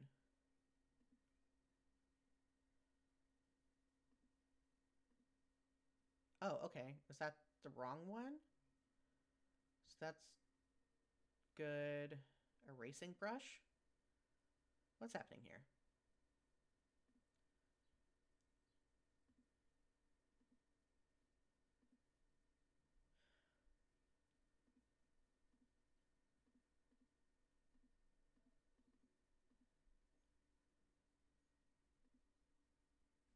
Let me read the repick which tokens correspond to which card based on their flavor text. Inspired playing Magic the Gathering. Am I just bad? Okay, so these. Okay, so the first one is just the one I select. Erasing Brush and Ballista. I thought Blooming Abundance because it was a noble, but it's based on the flavor text. Okay, I got it. You know what? That did remind me of Magic the Gathering cards, but I also haven't played like Yu-Gi-Oh or pretty much any other card games. But Mischievous Imp champion, but you know how? Yeah. Everyone underestimates me, but the more people around, the more pranks I can play. I am the imp who froze a sea. I beat the lion. It cannot be. I mean, that one's easy. Yeah, that one was basically stated. Um, Woe upon those who encounter a wolf when lost. Even nobles know the wolf is in charge. Born of tooth and claw, their storied enemies, the Light Eater. Um,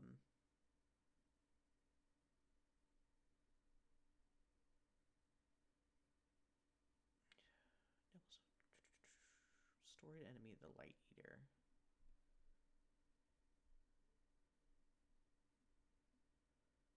This?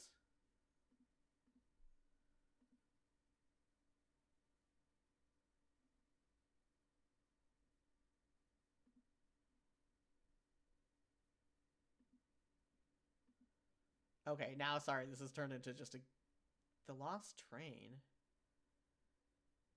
The Light Eating Lion. Oh, okay. So some of them do repeat. Born of Tooth and Claw, raised by moths, the lion wanted the wings of its parents to chase the towering cities, chase the sun.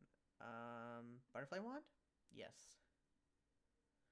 Forest spirits watch over the groves adjacent to the Doomball Stadium and its many screaming fans, learning to live on the border of blooming life and brutal sports. Okay, so Doomball Field and blooming abundance. I win!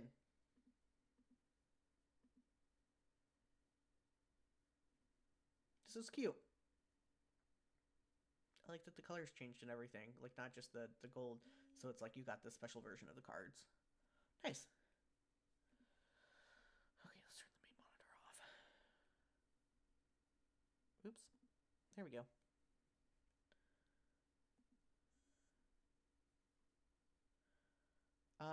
Okay, this is albums and soundtracks. I probably have to download this to listen to it.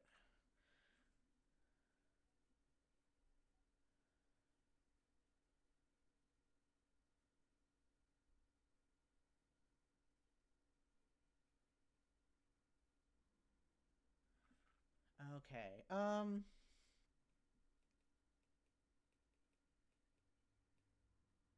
Yeah, I'm just gonna focus on the games. No offense to those. I'll listen to these later. I just wanna. I've already gone on for 2 hours. I didn't think it would take this long. This is another physical game. Let's download it just to see what it's about. Oh, nice. It just opens. Cool. Why did you not ask me where I wanted to download this? Beacon in the Dark.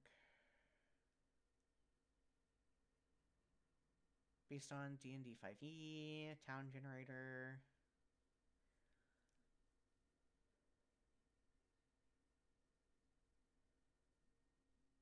Okay.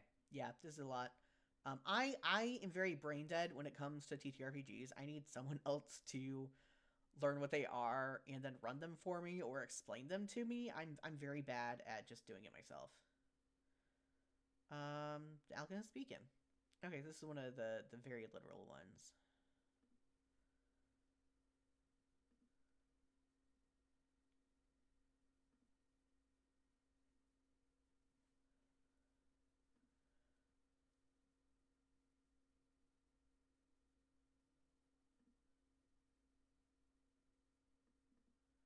Lots of good dough.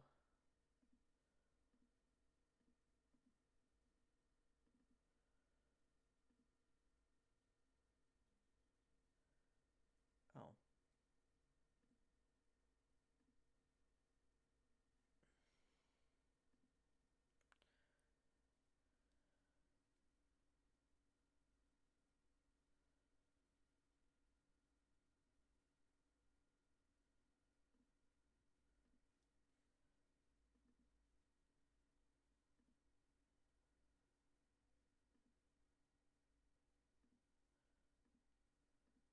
here we go. Let me close all these windows. A or space? Got a medieval times.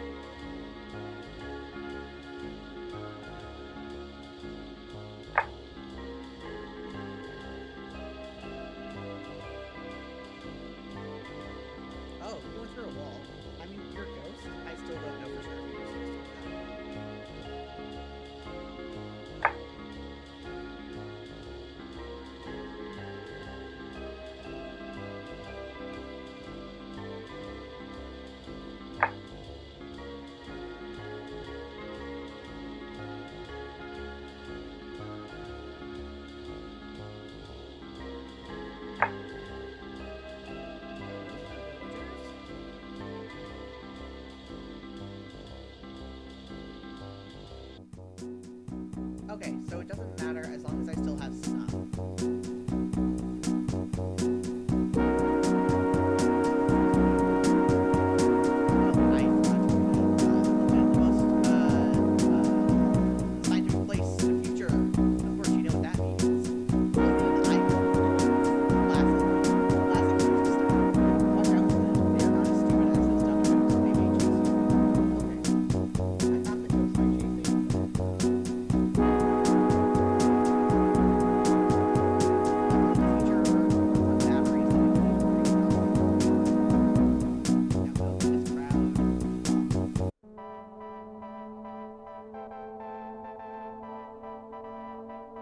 Interesting.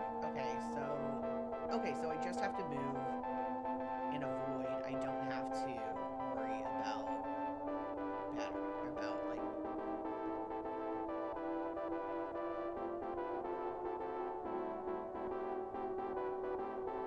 Okay.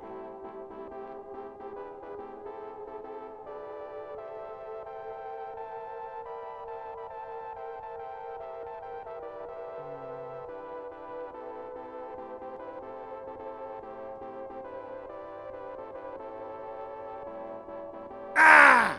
Damn it. Ah! Okay.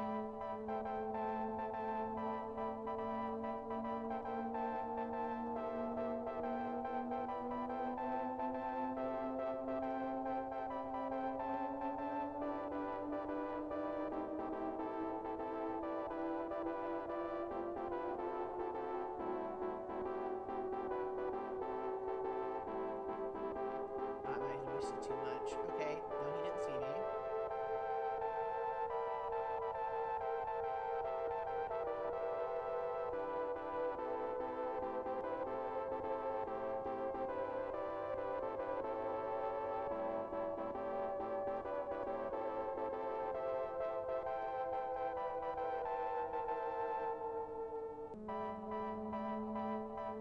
Not being able to see behind me is a mess.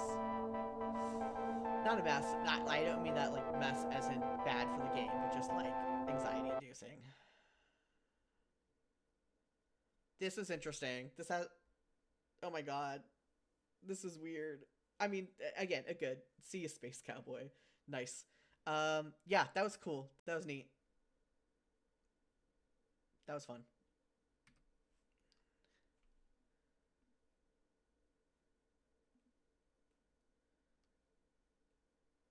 A little adventure for a littler alien.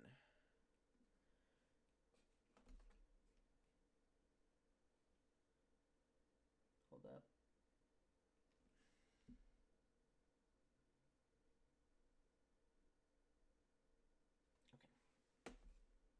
I just feel like my phone's constantly going off.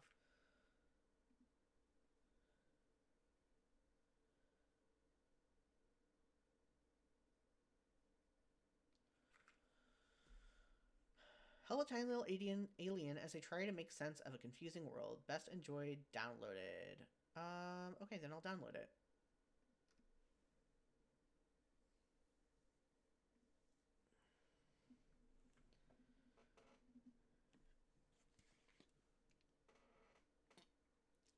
Okay.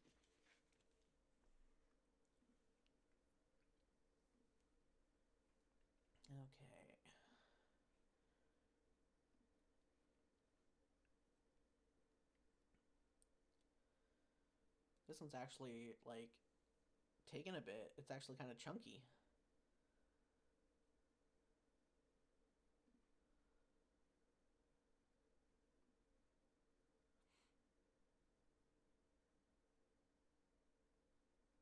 Alien. Oh, this is a Renpy game. Renpy? Whatever.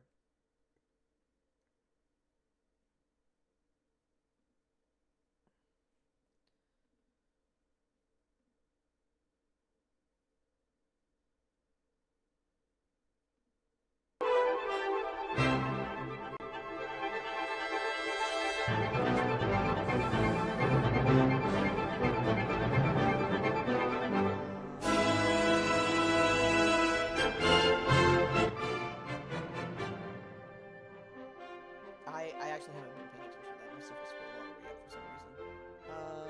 Yeah, okay, that's... Oh, the game has been, like, really loud. Here we go. I mean, there hasn't been too much sound in the game, so I don't think it's been a huge deal. But, let's turn, music and sound.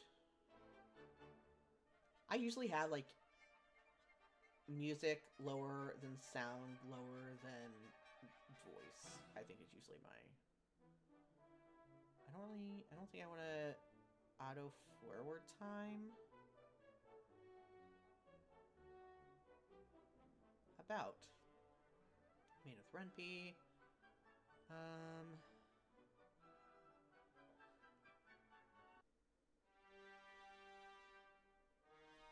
I actually think I made it too quiet now on my end.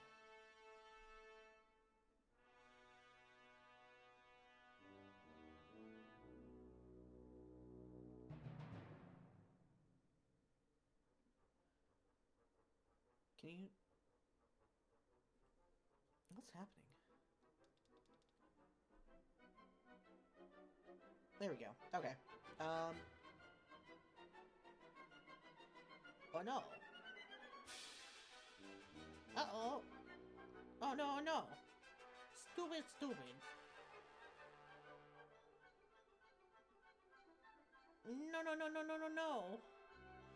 No, no, no, no, no, no, no. Ah! Sploosh. This is cute. Oh my god.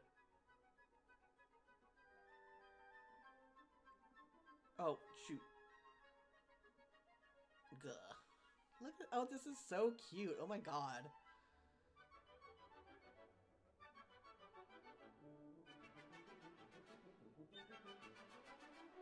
Gah.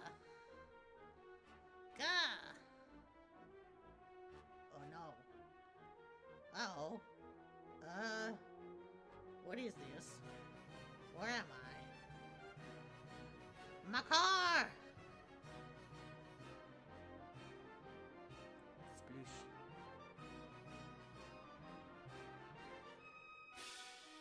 Gah! It's useless. It's gone forever. This sucks. This place sucks. What is this place? Oh my god. A sign.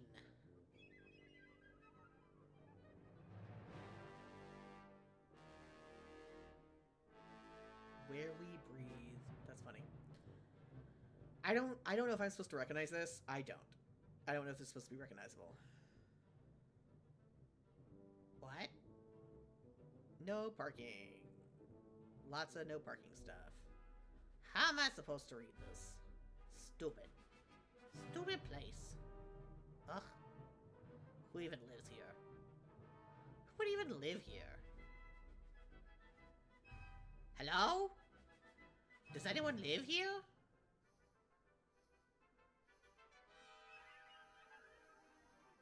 Ugh. Wait. Oh my god, a house. Yeah. Sure. Salford City. So it's Salford. I don't know where Salford is. Bang bang. Hey, what's up?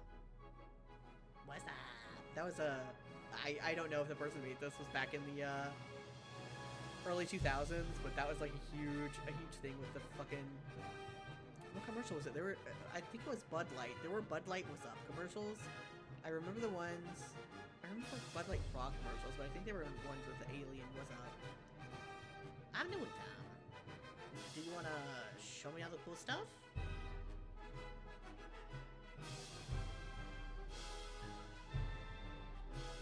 Whatever.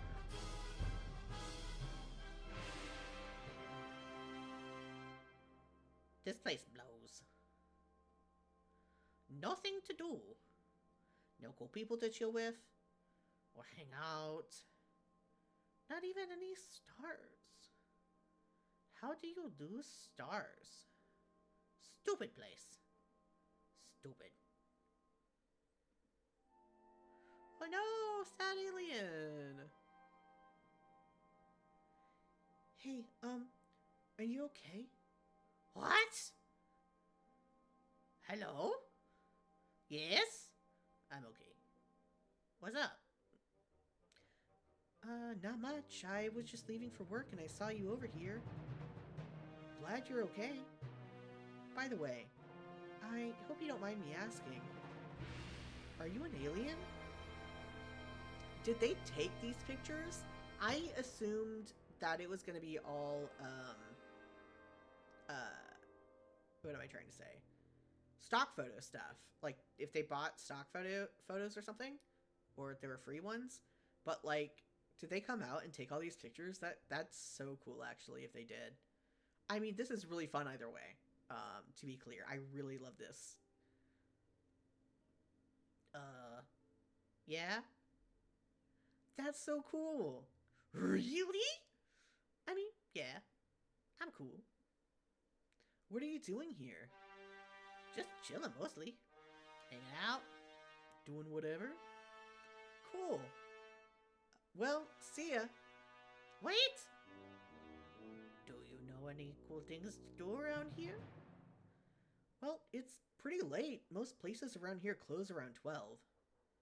I was just heading home. Oh. Yeah. Time to head back to the spaceship, maybe? What's a spaceship? Like a vehicle for getting around space? What's a vehicle? A machine used for moving people or... Oh, like my car then. Oh, yeah, sure. Cars are for losers. But you just said you have a car. Well, it's not mine actually. It's my friend's. Oh, are your friends here with you? What? No. Do they know you're here? I don't know. Probably not. Why do you care? You should tell them. They might be worried about you. Not likely. They don't care about me. So I'm gonna stay here and hang out. You don't look like you're having a lot of fun. Well, this place is boring. There's nothing to do. I knocked on that house like 1 time and no one even answered. You're the only person here and even you're boring. Hey. Sorry. That wasn't nice.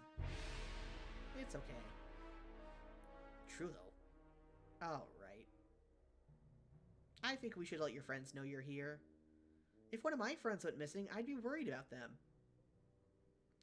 Parentheses, especially if they stole my car. Boring. Anyway, you can't. I got no way to.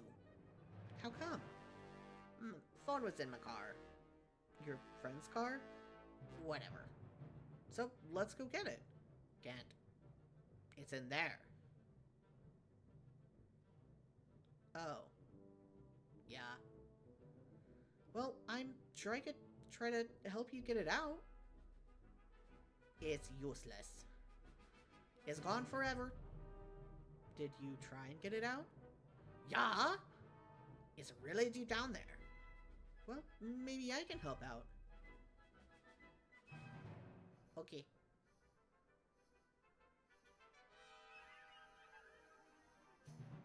Alien POV. When you're a tiny little guy. It's down there. Okay. I have a plan.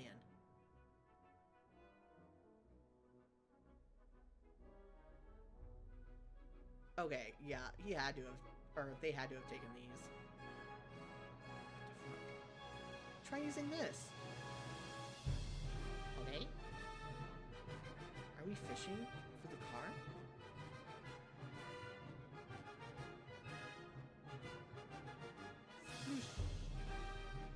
It worked!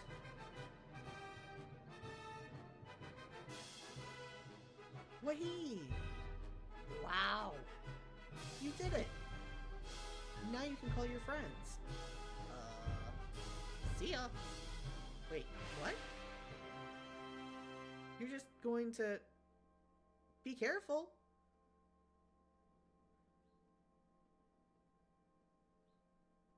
Oh my god. Ow. Are you okay? Ugh. You fell really far. I think you hit your head. Where's my car? Your friend's car? Whatever! It smashed when you landed. Oh no. He's going to kill me. Hey, it'll be okay. Why did you rush off? It sucks here. But your car was damaged. Why not just wait for your friends to pick you up? Ugh. I don't want to see them. Why not? They don't like me. I don't think that's true. Why don't we call them and we can find out? Your phone survived. It's actually my friend's phone. Yo. It's me. What the heck?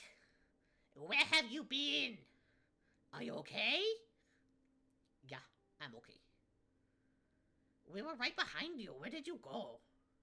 I crashed. Yeah, you were going too fast. And too close to planets. It was cool. You don't get it. Yeah, we don't crash our cars either. Wait, is my car okay? Sure. Oh my god. Whatever. Where are you? Where are we?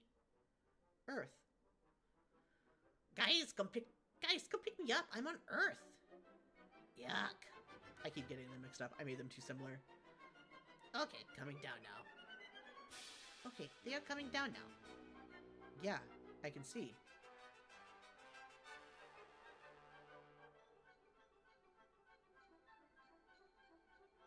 Hey!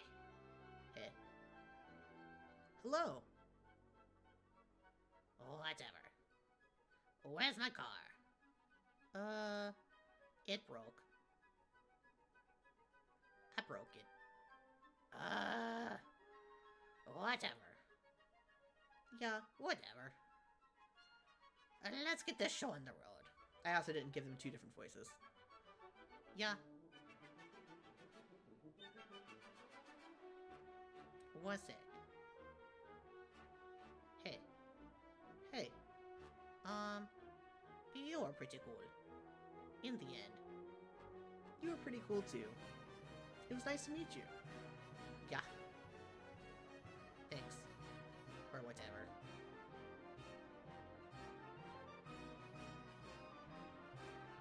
Give him his party hat. See ya.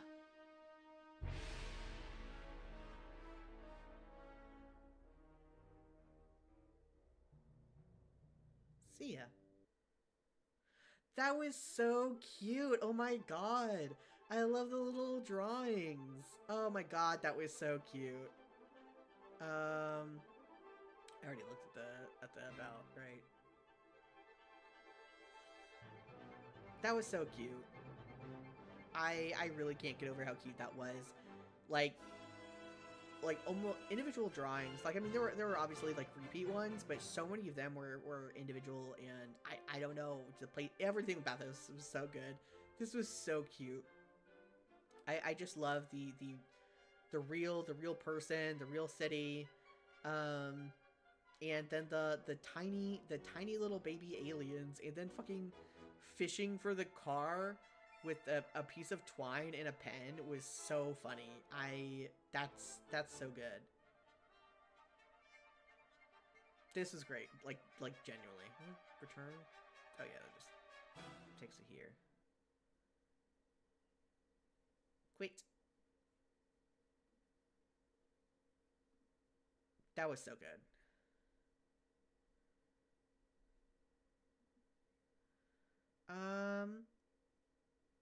Fantasy Quest 3.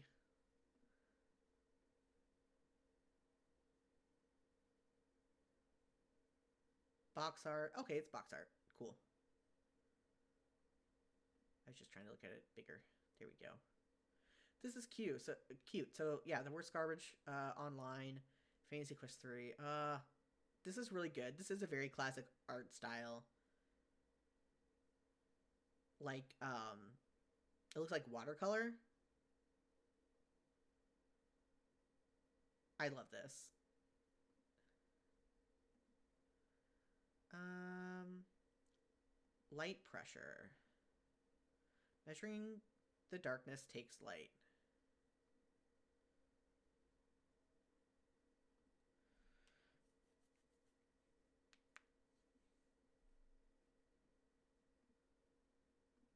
Okay, downloading, extracting.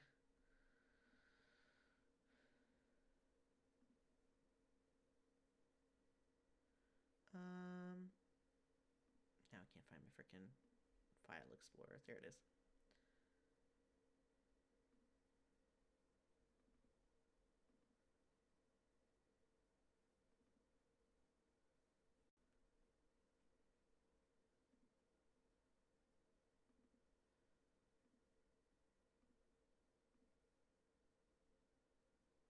Load.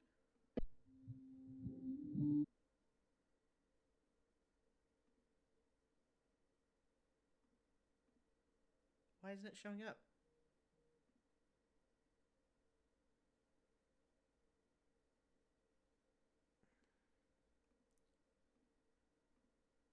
Okay, well, if it's not showing up, then I guess I'll just try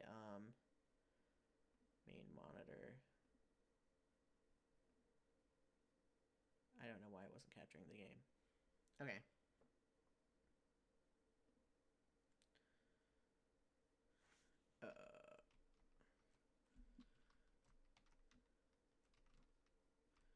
Okay. Oh, this one's kind of loud. What does it look like on? Oh shit. Desktop audio isn't on. Oh no.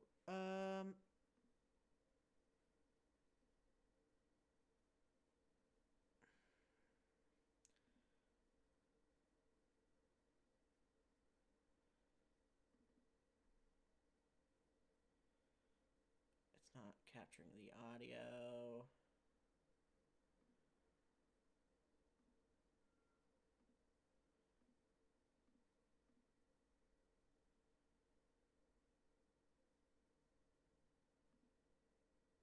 Why isn't it getting the game?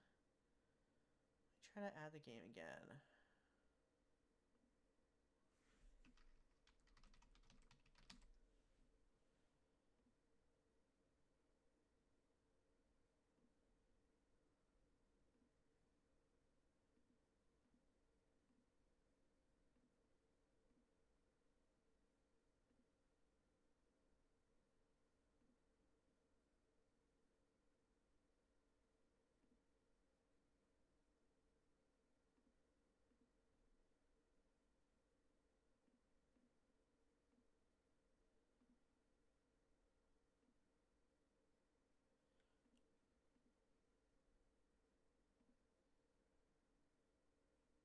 Okay, it's capturing the game audio. Now it's capturing the game. Let me turn that down. Okay.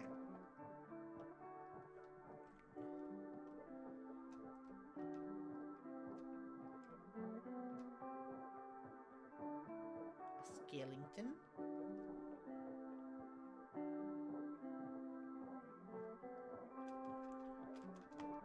Okay.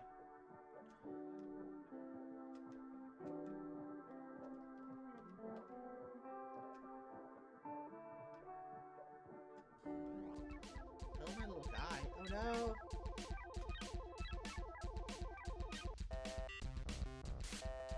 I don't know how. I don't know what I'm doing.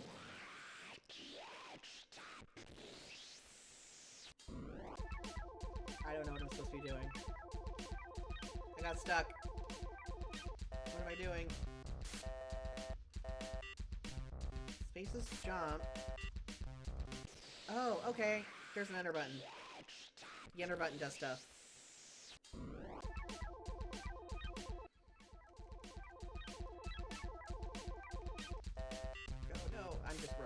to. This is not a hold down. Wait, why am I jumping? I was pressing space, was I? Oh, I got hit, and that makes me jump? Like physics?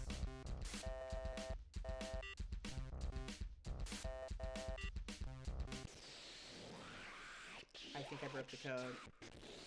I found an invincible spot.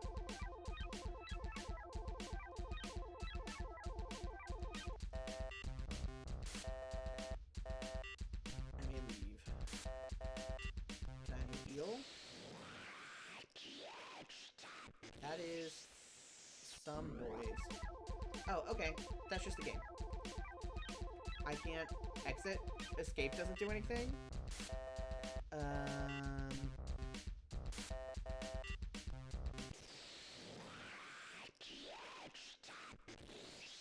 Okay, well, I guess I'll just, close out of it manually. Cool. That was interesting. Yeah, it had a really neat visual style. Yeah, no, it was neat.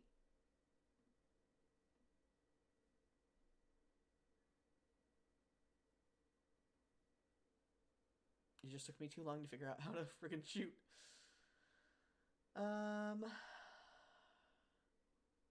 In 10 Years is the one I did, so I want to do that one last, to just in case, like, I do run out of time for whatever reason. I want to make sure that everyone else has a chance, and I'll just, you know, go play that. Bacon in the Dark. I had been misreading that the whole time. I thought it was just like, oh, it's just called Bacon in the Dark, which is fine. Bacon versus Pan. Who will win in the single boss? Oh, Pico 8 game. Is Pico 8? Why is that a PDF?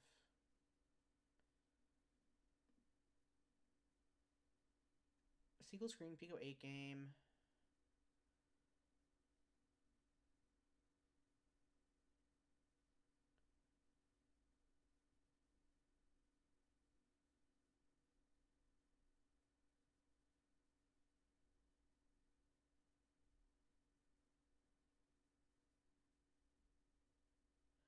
Do I know what Pico 8 is? Oh, it is a fantasy console. So this is just like a game concept. Separate premise. I was going to call that premise. I know that's not how that's pronounced. Okay, but it is a real, like, okay, he just didn't have time to actually make the game, but had the concept. That's cool.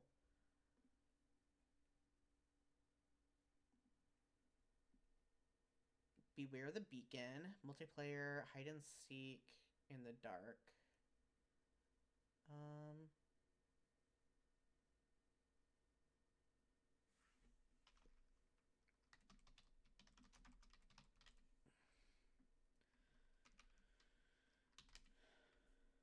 Is that how you spell beacon? Now I don't freaking know how to spell anything.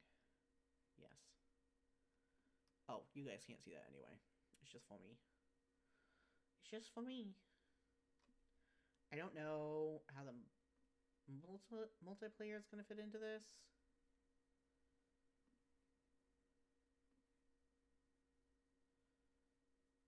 Downloading. If it like has to be multiplayer, or if it's optional, and if it's just like local multiplayer, or what is going on.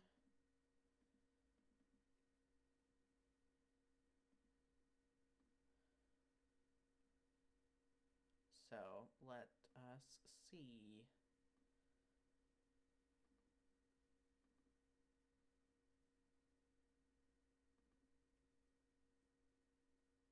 This one was made in Unreal. The last one was in Unity. I don't know if it said that. Game. Show up? Oh, it is. I don't know if I can play this.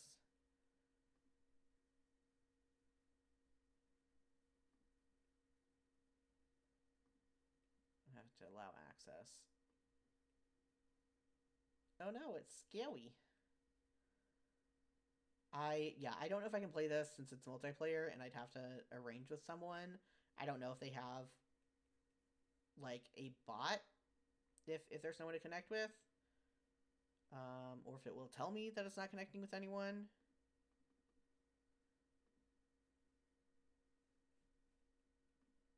What happens if I host? It was me.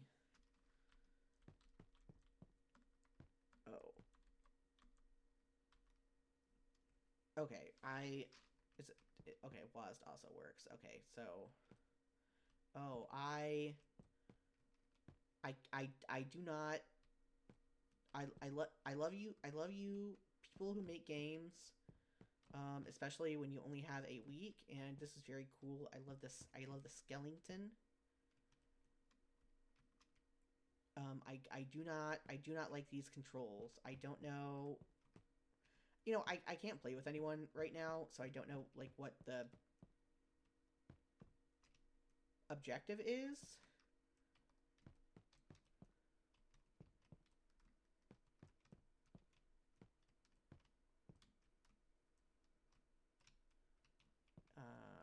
I appear to be stuck. I think this might be another that's more. I'm, I am clicking, and that sounds like it's doing something.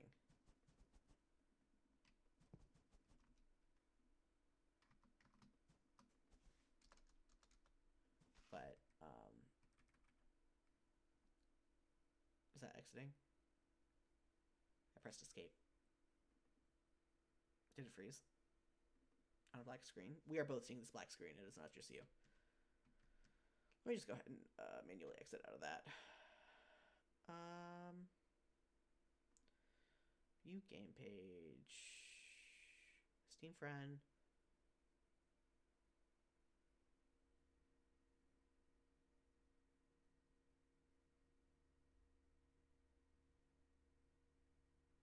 Okay. This could definitely be interesting. I just don't have anyone to play with right now. One player will be randomly selected and have their light turned out. All the players have to find them and pass their light on to them. Okay. If a player can stay unlit for a total 90 seconds, they win. That's interesting. It's tag.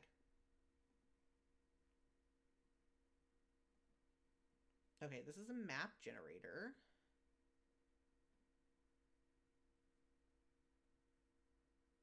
My idea for the game was that you control a probe that can send to collect data from an unknown planet. You can scan the planet's surface and find resources and hazards. You can make the probe retrieve some things from the planet, but have to be careful not to damage it too much. Along with the theme being Beacon in the Dark, you might find something interesting from the dark waters on of the planet. What I have completed so far is just generating a planet surface and drawing it. I've included the GD script file for the planet generator in the downloads below if you'd like to take a look at it. I licensed it under. Okay, cool. So this is just a I don't know if I can move around anywhere. It's just this part of the planet. That's a neat concept. Generators are neat. Cool.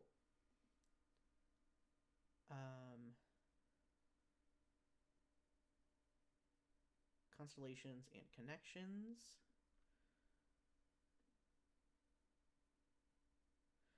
Oh, let me look at the Discord server to see if they shared the password.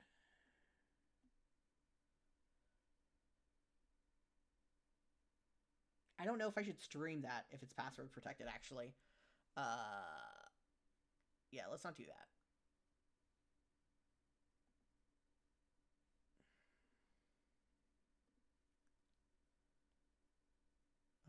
I guess this is. Oh, this might just be the art. Nice. Now that is supposed to be a short game about rebuilding the universe. It must just be down or yeah, or a placeholder. Um,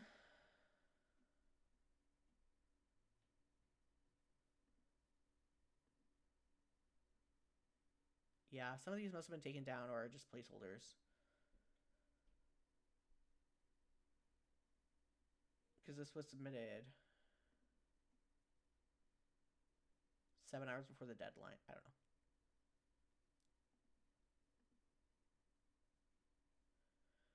Short side-scrolling cave exploration game.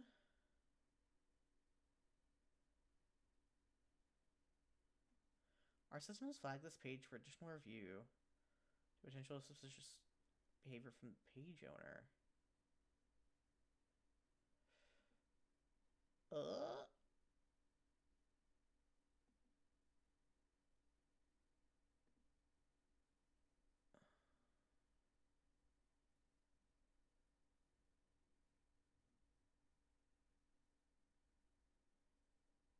Um,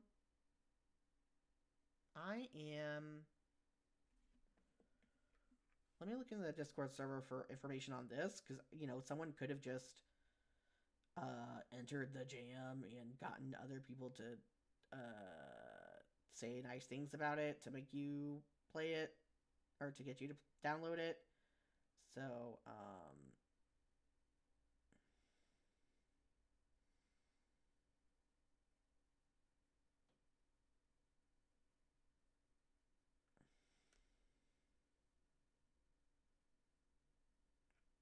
let me look.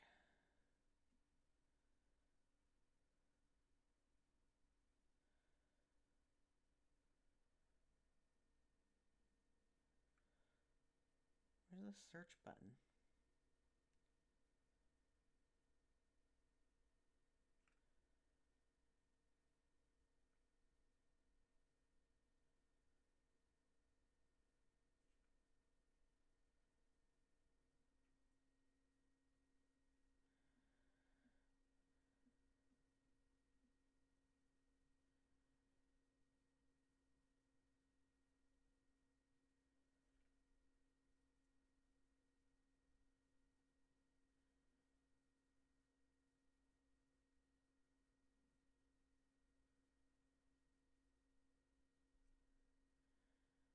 Oh, can you not search in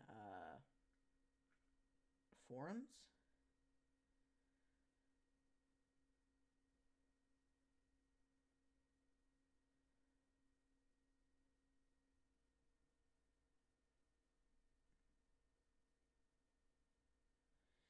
Oh no.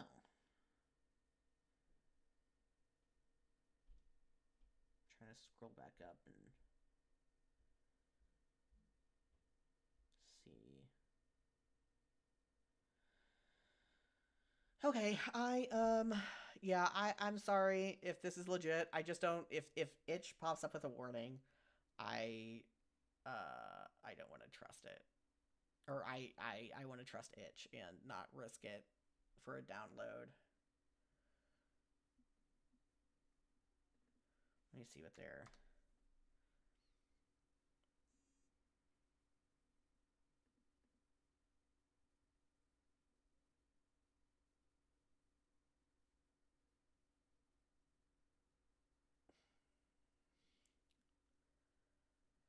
Yeah. Sorry if it's legit. I just want to be safe. Um Space Beacon.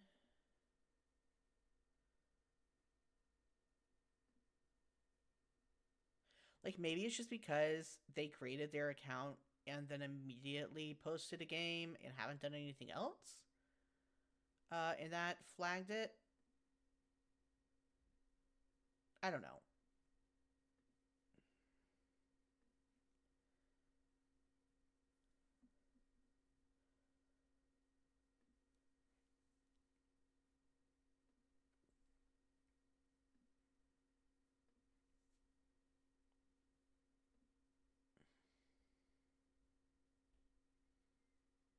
Which one did I just download? Space Beacon.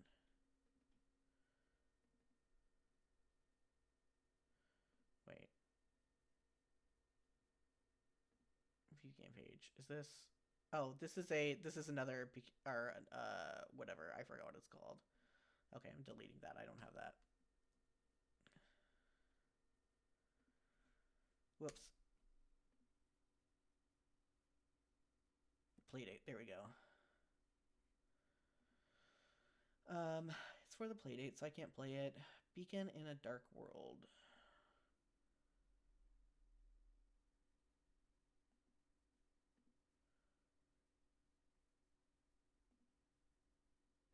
Oh, this is a PDF, so this is just another concept. I don't want to say just. A week and 2 days is a very short time to make a game, especially if you are only given the theme when it starts and not ahead of time for you to come up with it. Technically, it got leaked a couple of days early, but you still can't start I mean, obviously you can start making it until the game jam starts. I mean, there's some that you can submit stuff that was made before, but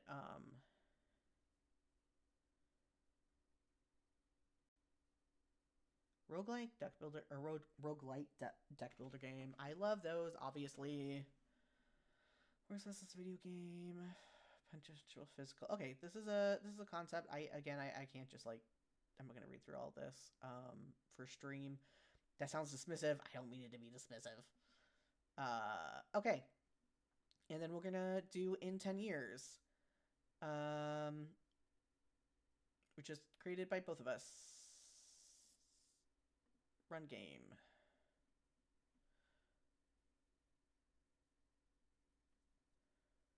I don't know why this is so small. I thought this had a credits page on it. Here we go.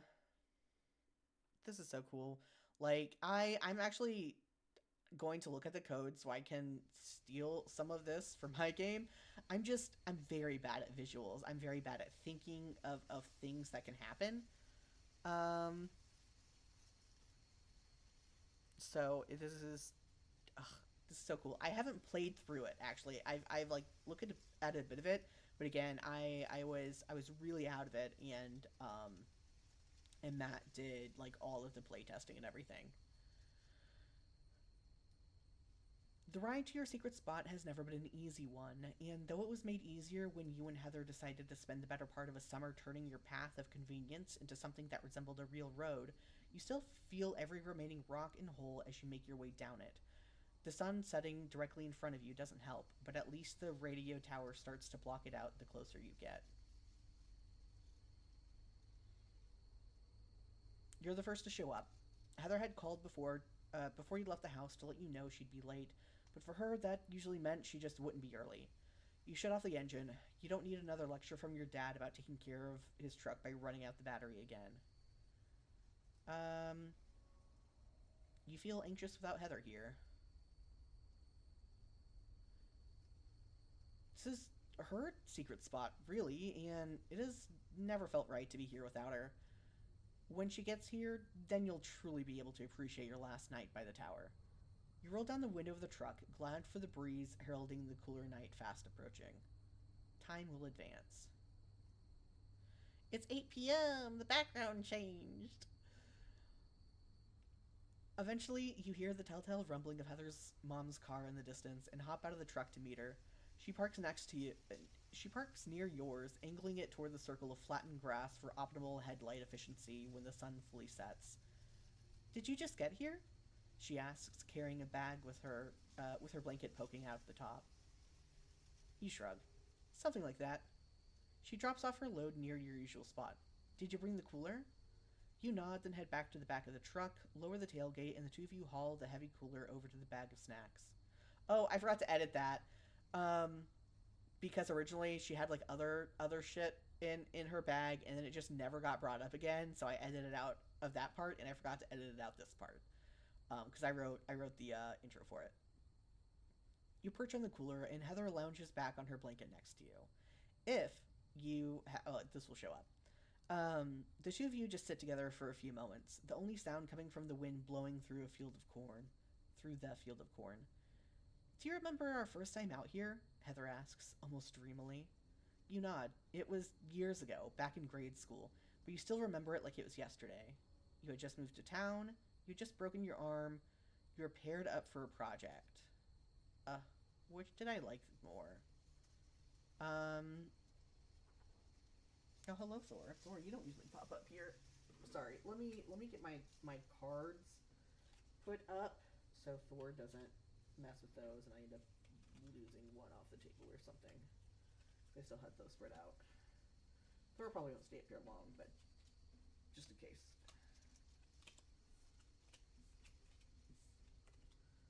Hello, baby. A pretty boy. Nope, already hopping off. Um, let's do